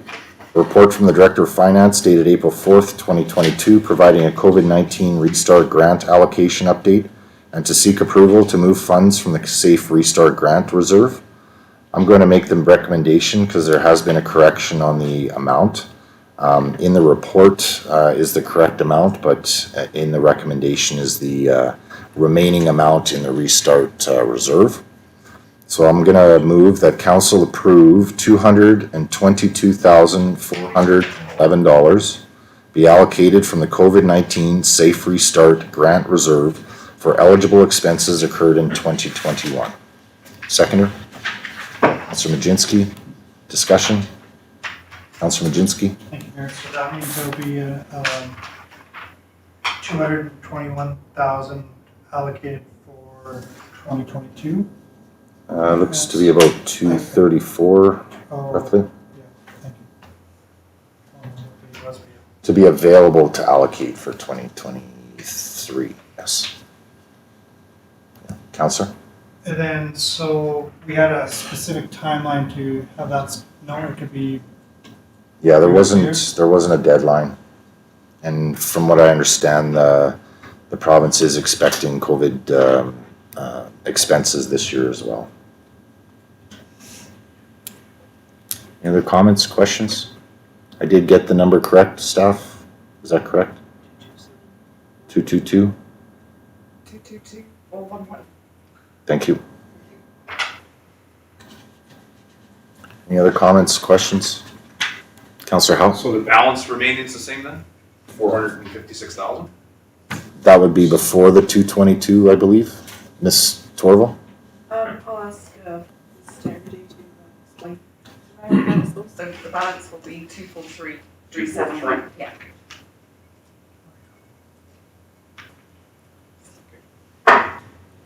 Sorry for the confusion. No problem. Any other comments, questions? Call the question, all in favor? Opposed? Carried, thank you. Councillor Norbury? Sorry, just on this subject, we're talking about remainder. There in the report, it talks about if we don't use it by the end of the year, we might have to give it back. One of the eligible costs is for services for vulnerable persons, Go ahead. persons living with disabilities, mental illness, addictions. Is there opportunities for us to act as like a funnel to organizations that do provide these services for people? I'm not 100% sure, Can we Ms. fund it? Torval. I believe those funds are allocated just for the district's expenses. Would we be able to, is that correct? You're correct, Mayor. Okay, thank you. Any other questions, comments? Councillor Howe? So when did that change? If the grant money is not used up fully before 2022, then we may be required to return the funds to the province. When we had this discussion a year ago, that's exactly what I said was gonna happen. And I was assured at that time that no, we're gonna have that money no matter what. Because we had an opportunity to shift this money into a different account at that time. Had we followed it up, we chose not to. But there were certain requirements for this money, right? That's why we created the reserve. That's correct. So the requirements are needed to allocate this money, right? So Yes. I don't know about the deadline. That's news to me. Is When did that change? yeah, Ms. Torval? Thank you, Mayor. I'll ask Ms. Stephanie to shed some light on this. Mayor and council, they didn't officially tell us what the date would be, but I have had a verbal from talking to somebody at the ministry.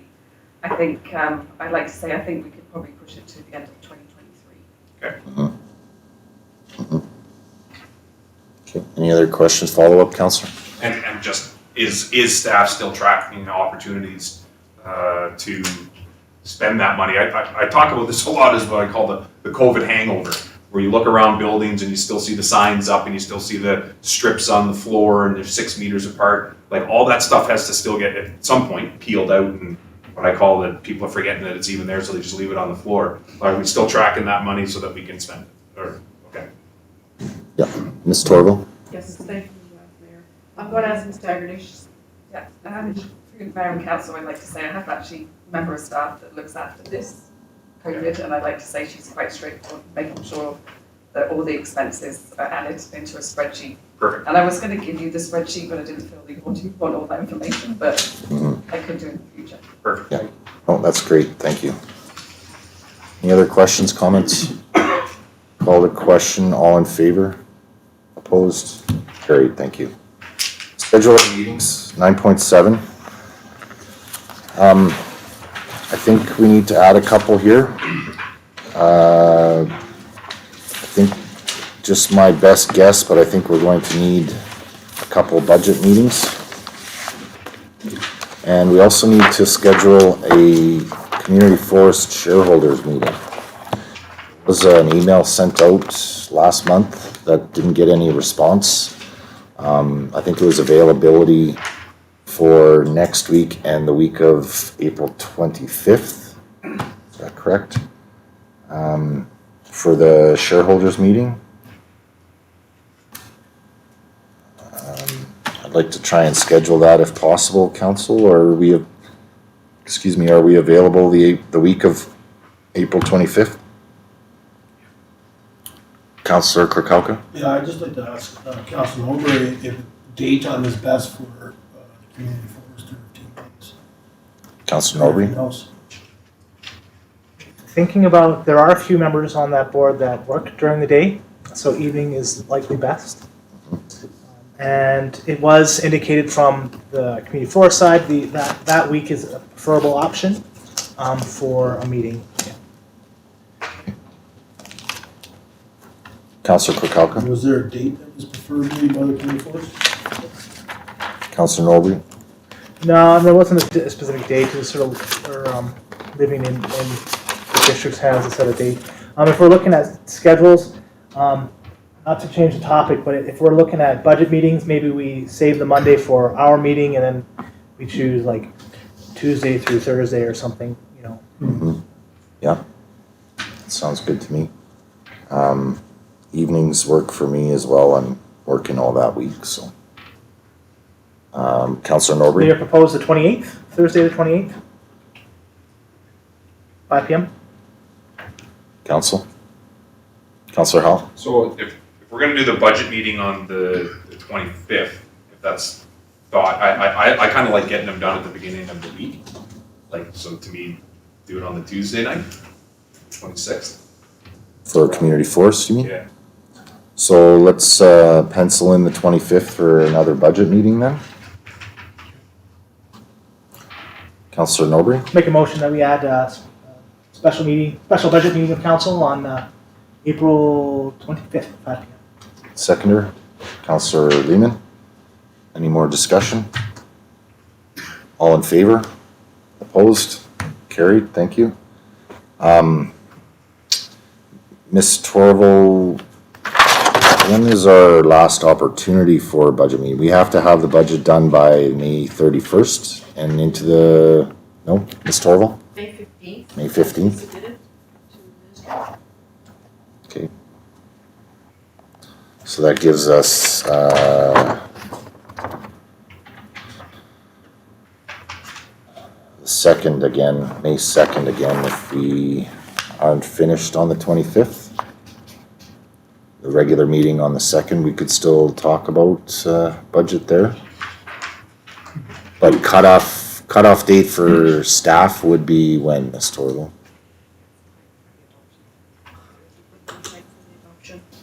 Second would be the adoption.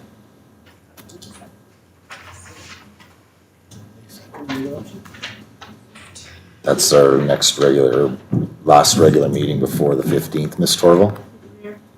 Finance is asking if we could consider another meeting in April. Yeah, before the 25th. Before the 25th. Yeah, I like that idea too. 12th? 12th? Yeah. I think that covers us, I would say. Councillor Kirkowka? Just back to staff, they can just explain about the reading of the budget. So I heard staff mention May 2nd. I understand it has to be done by the 15th. I suggest if that's the case, that we make sure we have a meeting for the 10th in case. You can always cancel a meeting, but can add meeting to last minute. I mean, myself, I'm not in favor of last minute meetings, but to me, just in case, like, when we haven't had the discussion in regards to possible tax increase, not increase, geez, it's a huge increase, but geez, we need to cut, Mm-hmm. you know, like, There's still lots to concerns talk there. about, yeah. For me anyways. That's not a bad idea. Are we able to do readings and adoption on a special meeting, Ms. Torval? Yes. Okay. You know what, it's not a bad idea just to set it, and if we don't need it, we can cancel it, right? That way everybody knows, right, in case somebody does plan something, like time of year, somebody has something else, we try to move things around. Yeah, Councillor Majinski? Thank you, Mayor. So we're gonna have 2, 3, 4, 5, 6 meetings in April. Possibly. Do we need a stakeholders meeting in April? Can we push that later out? Can it, like, is it gonna be a long meeting? Can it be after a P&P? Or before a P&P, like as like a delegation almost, but it just seems like we're having meetings I think since there's, December every single week. Mhm. Every single week we had a meeting. Twice a week. there's a lot going on. Why? You're asking the wrong person. To be honest, I don't know if I wanna, I don't know if I wanna push the shareholders meeting off, to be honest with you. I think it's important. I think there's a lot to talk about there as far as structure goes and, you know, maybe, a different agreement, you know, I would rather not push that shareholders meeting off, to be honest. Councillor Norbury? Thank you, Mayor Bertrand. I'd like to propose the 26th for the Tumbler. I'd like to add a shareholder meeting for the Tumbler Ridge Community Forest at 5 p.m. On the 26th. Oh, Seconder, Councillor Kirkowka. Further discussion, Councillor Norbury? I think it's important. The community forest hasn't had our meeting yet, so it's a good idea if we have a shareholders meeting to pose our issues to the community forest and then get back to us, right? Like, okay, we brought these issues we bring these issues to the community forest. They take it, chew on it, come up with a strategy or explain their process moving forward and addressing our issues, and then you know, yeah, I think that's a good way to have that relationship. I agree. Further comments? Call the question, all in favor? Opposed? Carried, thank you. Okay, and I think we just need a motion for the 12th. Councillor Kirkowka? Make a motion that we had a special budget meeting, for April 12th, 5 p.m. Seconder, Councillor Lehman. Any more discussion? Councillor Howe? So what is the budget meeting on the 12th in regards to? Because this is quite a quick turnaround for staff to try to get information together for us in 3 days. Yeah, I think it's gonna be a continuation, Continuation of the meeting from tomorrow. more than likely, if needed, right? I mean, last year we did set extra meetings, but we were able to get through the material within the regular meeting slotted, so we ended up canceling meetings last year because we didn't need them. This year, I think we're starting to run a little bit behind, so I don't wanna get behind the 8 ball and not have a meeting. I'd rather cancel these ones if not needed. Councillor Kirkowka? Yeah, I was just gonna say, I mean, we've had meetings pushed back. You know, we've canceled the one on the 28th. Mhm. You know, earlier in the year, we had to do some meetings just making sure stuff was available with some staff off. So, I mean, that's a concern too, right? So, you know, we're adding them all at the end because we've tried to make that leeway for you know, obviously working with staff too, right? So, Yeah, Councillor Howe? So if it's only in continuation of the meeting for tomorrow, I could be in favor of it, but I will not be available on the 12th. So I don't want to hold the meeting up because I'm the only one who's not available, but if that's all it's for, I'm okay. But if it's for new stuff within the budget, then I want to be present for it, so. Yeah, I think the 12th will likely be a continuation of tomorrow's meeting. Okay. And tax rates, Ms. Torval, I don't believe they were included in the package for tomorrow, so do we have a date set for tax rate discussion? Mayor and Council, I was actually thinking of bringing those tax rates to that meeting on the 12th. So On the 12th? that, yeah, it's your But- decision. Prior to that, it would have been the 19th? Well, there's the other option. I could bring them to the regular meeting. I almost think like we're gonna need a meeting just to talk about tax rates, I believe. Councillor Majinski? So they're going to be given to us that day to discuss, or are we going to have a week to read them over? The tax rates? Yeah. and Yeah. The meeting will also have it the prior week to have a discussion on. Ms. Torval? So that's this one. Ms. Torval? I'll ask Ms. Taggerty to speak to this. She's Madam Council, it would probably help if we could do it on the 19th, because then that would give me a chance to provide that to you the week before. It would be very tight, I think, to do it all on the 12th. Okay. Councillor Howe? What's the 25th budget meeting for? In case needed. I've heard multiple times that we never have enough time to do this, so we're trying to be preemptive and set these meeting times in case we don't get through all of the material. Yeah, and I get that, but what I'm saying is if we're presenting new material on the 12th, I would prefer that it's not on the 12th or the 19th. I'd like to see it on the 25th. If we're seeing new material.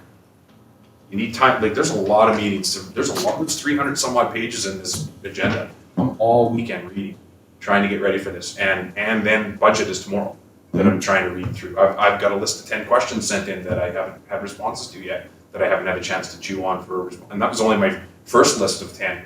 So to me, I have a lot of questions to finance and to our CAO that I don't feel like I can jam it all in here within this time frame. I thought the 25th is okay. Like, correct me if I'm wrong, we have all our costs and we'll have a summary of where we are by that point.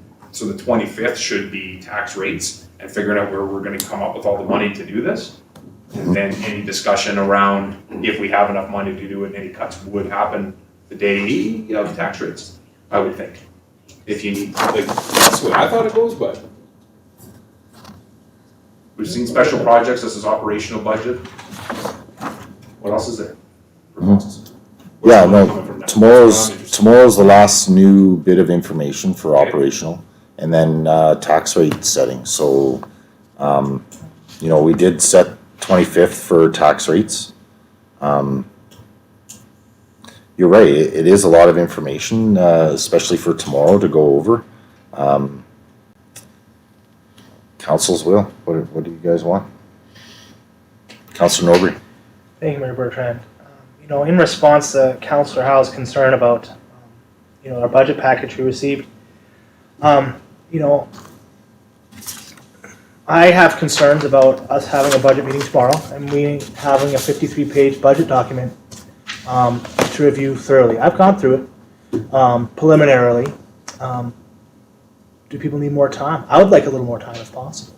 But if we're gonna, if on the 5th we're gonna have staff is gonna run through it for us and we can just start lobbing questions as it goes, fair enough. Let's do it that way. Yeah. I question potentially our meeting tomorrow. Maybe we should be moving that to the 12th. Getting taxes there.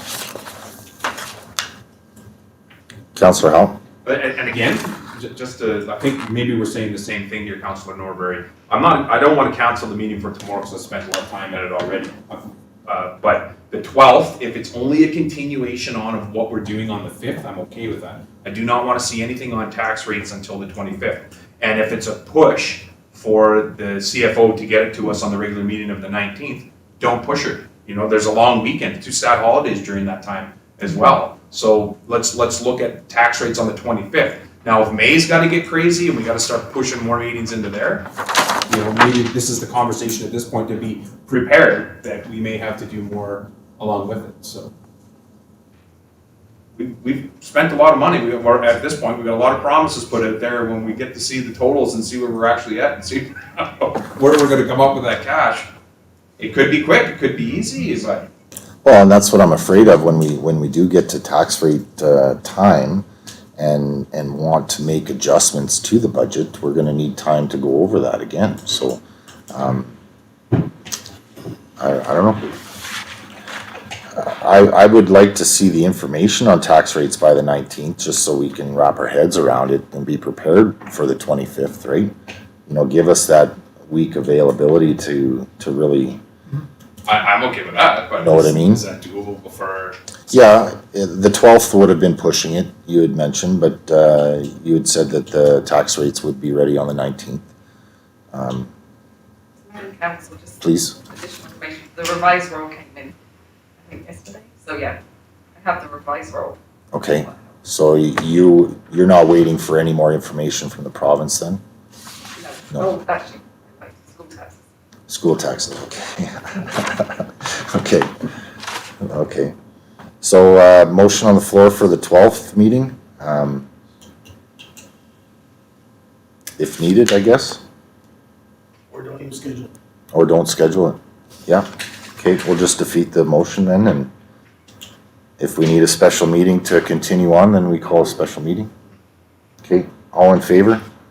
Opposed? Yeah. We wanna defeat this motion? No. Opposed, defeated, Opposed, thank yeah. you. Okay, I think that's it for meetings then. Correct?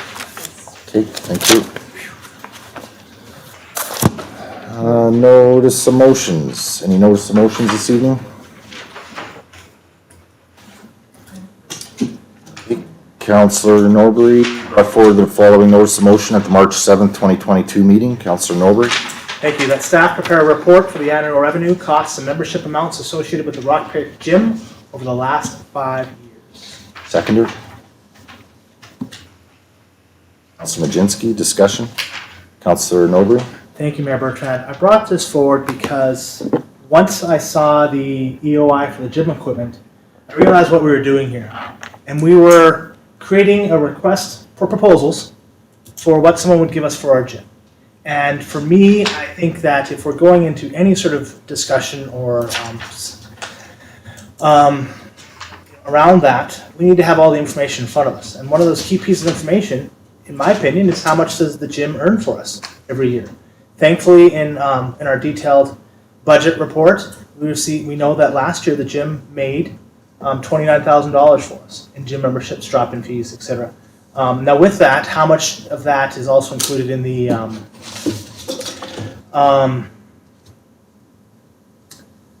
membership that the extended memberships, you know what I mean? Like I know when I bought my membership for the community center, I bought it for the pool and the gym. And would that be associated with the gym or would that just be community center money, right? Because there is additional money that the gym could be earning for us in that respect, and that it's creating sale of these community center wide memberships, right? So I think if we are looking at any sale of the gym, we need to have that piece of information. Okay, thank you. Further comments, questions? Call the question, all in favor? Opposed? Carried, thank you. Councillor Norbury? Thank you, Mayor Bertrand. That the District of Tumbler Ridge halt the expression of interest for the sale of the Rock Pit Gym equipment and bring back the proposed EOI for council discussion. Seconder. Councillor Kirkowka, discussion. Councillor Norbury. Timing for these notice of motions was meant to halt the expression of interest before it closed because I felt that there was a little more that we should be adding to the expression of interest. Again, when I saw the EOI for the gym, I don't know if everyone's seen it, but when we had our discussion at our budget meeting, it was a 5-10 minute discussion. And to me, it sounded like, does anybody actually let's just get a little bit of information. This is a tender document, in my opinion. You know, we're moving forward and potentially selling off the gym. And I don't think that we've had enough discussion on it. I mean, the EOI has gone through, it's out there, but I think we should still have this discussion, right? I think we should still have a more meaningful discussion around council for our residents on the value of selling the gym or value of keeping it. I think we missed that key part. I think we have, I think we're talking about giving up a 38-year service to our community to the EOI. And we did that over a 10-minute discussion. And I think we need to have more discussion there. I have more to add, but I'll leave one thing at a time. Okay, thank you. Councillor Howe? Yeah, and I agree with where you're coming from, but it's an expression of interest. All we are doing is, I agree the way it was tendered, maybe not what my vision was for it. I just wanted to see who's out there. Is anybody actually interested in purchasing the equipment? What would they give it for us? So we have information to start talking about creating areas within the community for childcare spaces, and if it's even worth going down that road. So I don't think that this is the time to stop that, but what has been said in here and what is being said in the public are certainly two different things. I don't think there's an interest by the council to sell the gym. We are not actively going out and saying, we want to sell the gym. It's the exact same thing that we did with the golf course. We went out and said, is there anybody out there that's interested? And if we don't get any, if somebody comes in and says, geez, we'll give you $6 million for the golf course, we would have been interested, all right? Sign the check, we'll cash the check right now. Lisa's in the room, let's get it done, right? But this is not that, Councillor Norbury. I don't think that's the direction that we're going with it. It's just for information. Is there anybody out there that's looking to give us $1 million for the gym equipment? It's an easy decision at that point for me. And that's where we're at this. I do not agree. I agree with what you're saying, that if we are ever going to move forward with this, we would need the more information that in the motion that you just requested. How much money are we actually getting? But this was just kind of a preliminary thing, throw it out there while we were waiting to hear from the childcare center. Councillor Norbury. Thank you, Mayor Bertrand. And you know, that's my concern. Thank you, Councillor Howell, as the person who brought this forward. That's sort of what I envision too. But looking at the EOI, I'll read directly from here. I'm not trying to insult anybody, No. but the highest or any bid will not necessarily be accepted. The district reserves the right to award this order in part or in full or not at all. We're saying we can sell the gym, and like that is not my opinion. That. Excuse me. It also says not at all as well, Yeah. right? So an EOI is an EOI. It's not an RFP. Correct. But we were. That being said, why didn't we have a little more discussion on that? Just to clarify that, and clarify that with people that looked at this RFP, the thousands of people that we asked to put their money and time into preparing a document, if they did, because I don't think we took quite enough time in discussing exactly what we want, what this EOI its purpose is. And I think we should have spent a little more time. That's what I'm saying, and that's why I want us to have a real good discussion on this. Mm-hmm. Let's talk about that, because, with the EOI document, we talk about the value of the gym equipment. But what's missing in there, what about the dumbbells and racks? I mean, I'm splitting hairs here, but realistically, gym equipment right now is at a premium. Weights are at a premium. And we're talking, there's $10,000 in just weights in there alone. That's what's missing. And there's other things that I think if we should have slowed this down to discuss, to talk about. Still to come. An EOI is no different than a motion to ask staff to prepare a report for more information to come to us to make that decision. An EOI is exactly the same thing. Staff has gone out, they're doing their external research, gathering the information that we've requested to come back with a report for us to deliberate on. I don't think anyone around this table has any intention at this point to sell the gym or the equipment. It was basically asking staff for a report for information. That's all an EOI is. And in that EOI document, it has all three options on the table: award, not award, or whatever it says there. So it's not at all. So it certainly doesn't hold our hands to any direction, I believe. Councillor Majinski. Thank you, Mayor. And with this motion being put forward, I think we lost out on people that potentially could have had serious interest in this, saying that now we're putting a halt on it. Why would they put their time and effort into coming up with a business plan, looking for a location to set up shop? There's a lot that goes into it, and 1 month is not enough time. And to rush through and have a full-on business plan of what you want to do and provide that for us, so say we want to go ahead and not just an EOI, and to put forward a full-on business plan and have secured amounts of funding available to start this, this probably deterred a bunch of people, like, well, now they're changing their mind. Like, it doesn't seem like it's enough time for somebody to come up, 1 month to come up with a full-on business plan for something that's going to be long, to provide to the community and to be longevity of it. I don't think it was. It's doable. I don't think so. I've done a business plan that took me over a year. to make a viability. I have a small business, so I don't think it is doable. I think if you have to have what Councilor Norbury said is see what the gym makes, see what the value of everything is in it, and give that to the public as well, and then they can make an educated decision, come up with a business plan. Because what bank is going to give you money if you have to come up with all this and you have to pay rent or buy a spot? But their business plan doesn't include our historical costs or revenue. Their business plan will include their business projections on what they want to provide. They may not even provide the same service that we do correctly, so the historical cost has nothing to do with their business plan. And it is doable. It is doable within a month, because I've done it. Yeah, Councilor Norbury. Thank you, Mayor Bertrand.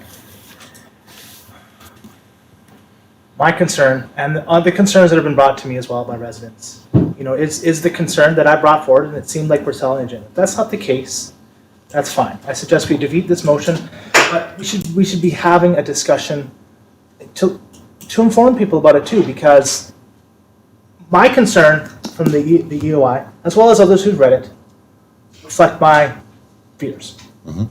And I think that's because we didn't have a full enough discussion. Mm-hmm. And we're still waiting for that report to come back, so it's the discussion is still yet to be had.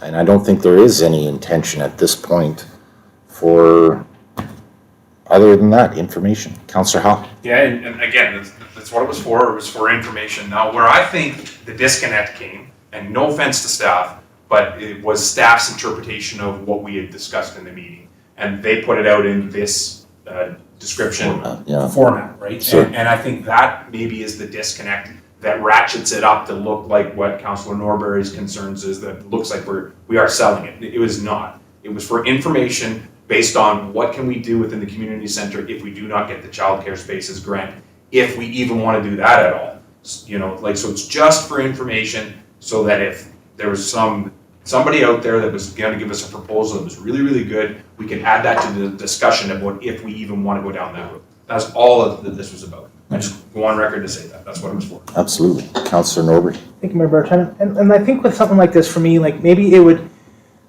slow the process down. Like can we get like a report for stuff like this beforehand on the pros and cons process? Because I apologize, I'm not familiar with the EOI process. It sounds like a disconnect for myself in what the DOI process is, as well as the community. Sure. And what it is, Yeah. because to me it feels like a tendering document, and that's my experience. I apologize. But a lot of times when we're looking at doing things, we look for reports, right? And we can have some reports to prevent this type of disconnect and confusion around ourselves, around the community, and maybe we can add to this too, right? We can add to this type of stuff. And I mean, for example, we wanted a report to replace a door on Willows Hall, right? And that's good governance. Slow it down. Let's look at let's look at everything, and So I don't really have anything to add here, other than let's defeat this now. Now that we're aware, and reflect it to the community. Well, think about it this way too. I think the people that are on the waiting list for childcare that have a year to wait in order to get a childcare space, I think they would appreciate council looking at every option to try and increase childcare spaces in the community too.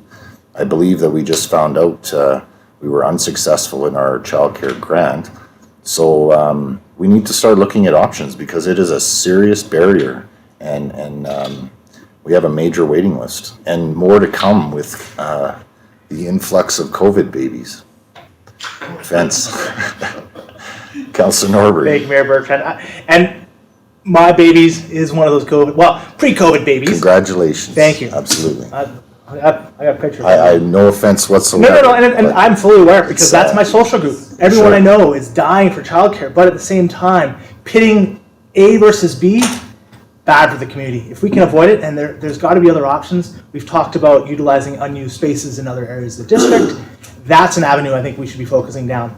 And it's another option, absolutely. And we had a previous option of room 3, right? I have a meeting Wednesday with the SD 59 about their plans for childcare moving forward. Maybe we can alleviate stuff there, but A versus B, that creates a lot of tension and conflict in our community.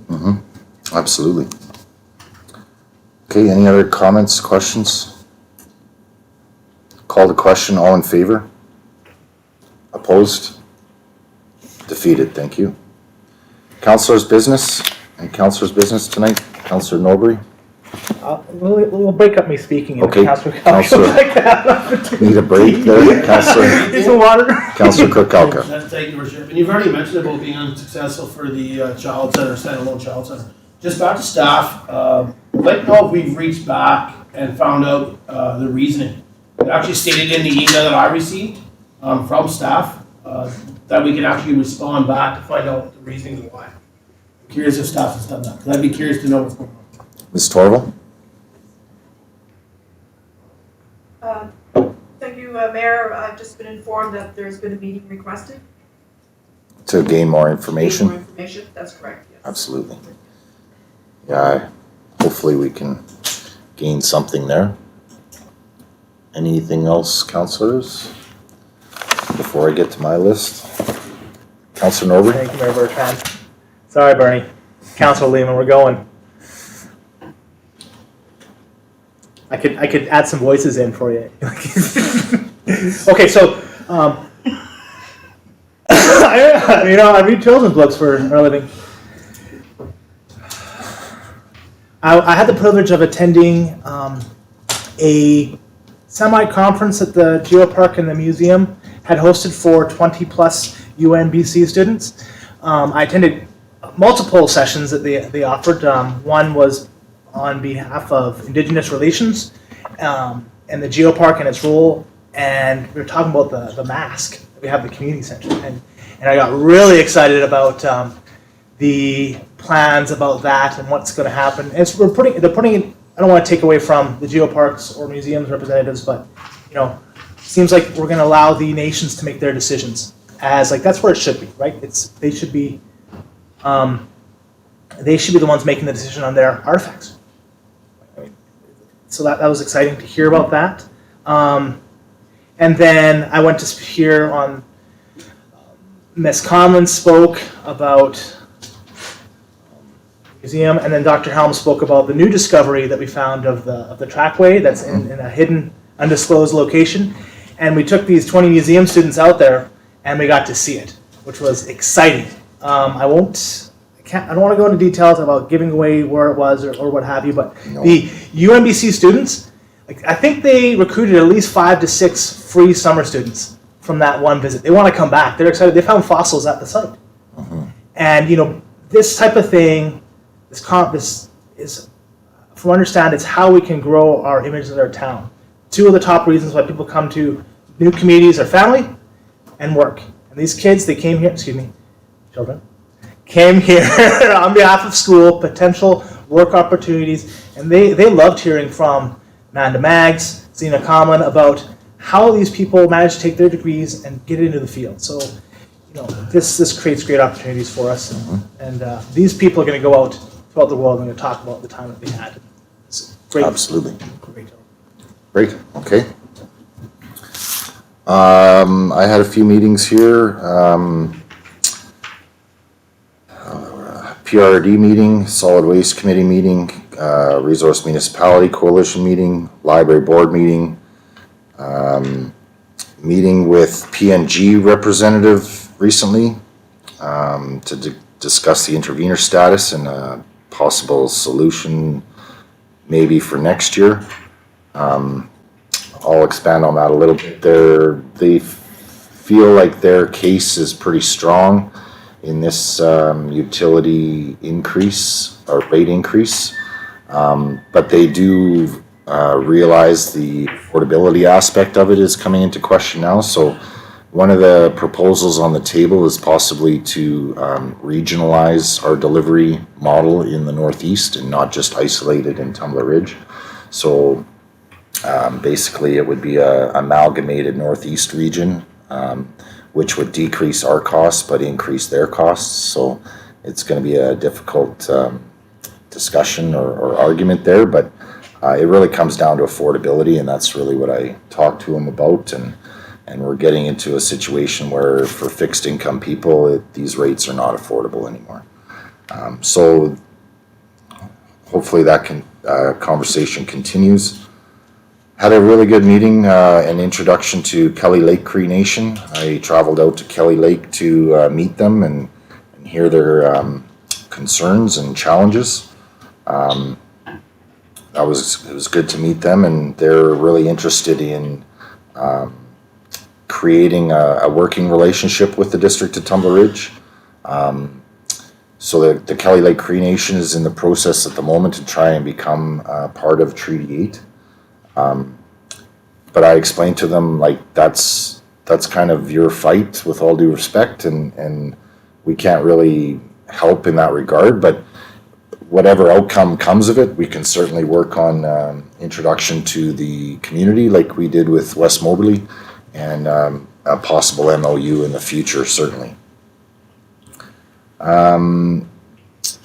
And I just had a meeting today with Northern Lights College new community representative, really just getting the lay of the land and seeing what the communities are in need of, and really recognizing this person's only been on the job for 3 weeks, but really recognizing the fact that both Chetwynd and Tumbler Ridge have campuses that are being underutilized. So really trying to find creative ways to get some utilization there.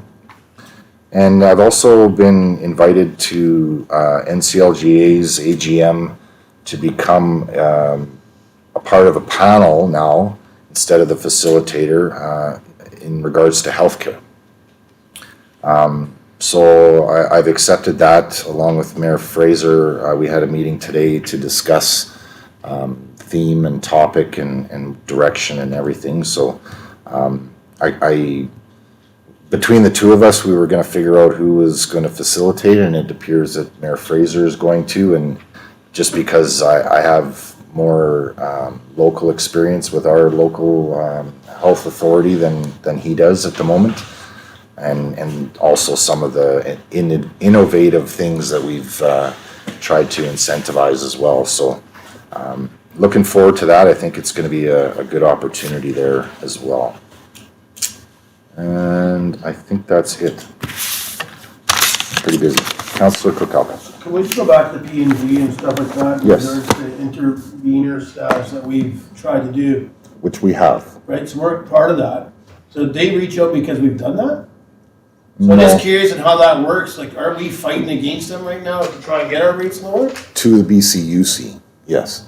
But he was new on the job. He's 3 weeks on the job, so same as Northern Lights College. He's just going around and touring the field and touring all the communities, letting him know who he is. Yeah, just an introduction, basically.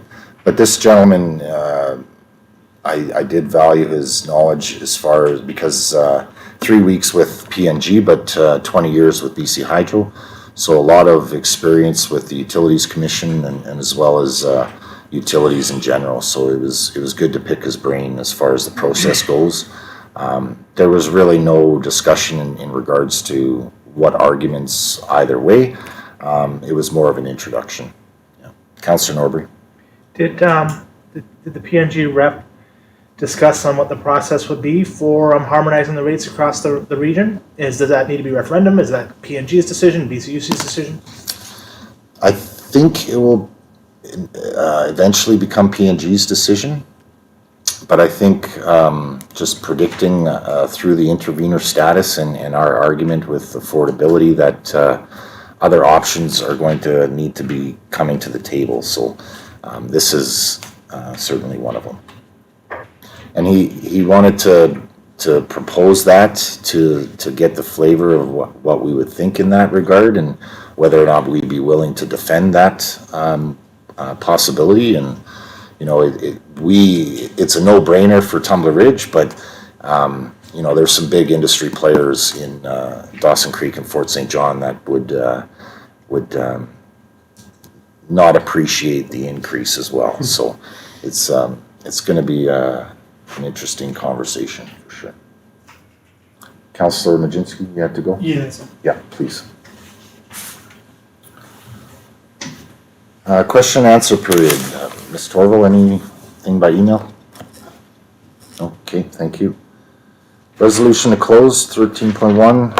I'll move that the meeting of the District of Tumbler Ridge scheduled for March 21st, 2022 be closed pursuant to the Community Charter Provision Section 91 C and J. C is labor relations or other employee relations. J is information that is prohibited or information that if it were presented in a document would be prohibited from disclosure under Section 21 of the Freedom of Information and Protection of Privacy Act. Seconder, Councillor Kirkowka. All in favor? Opposed? Carried. Thank you. 10-minute recess, please.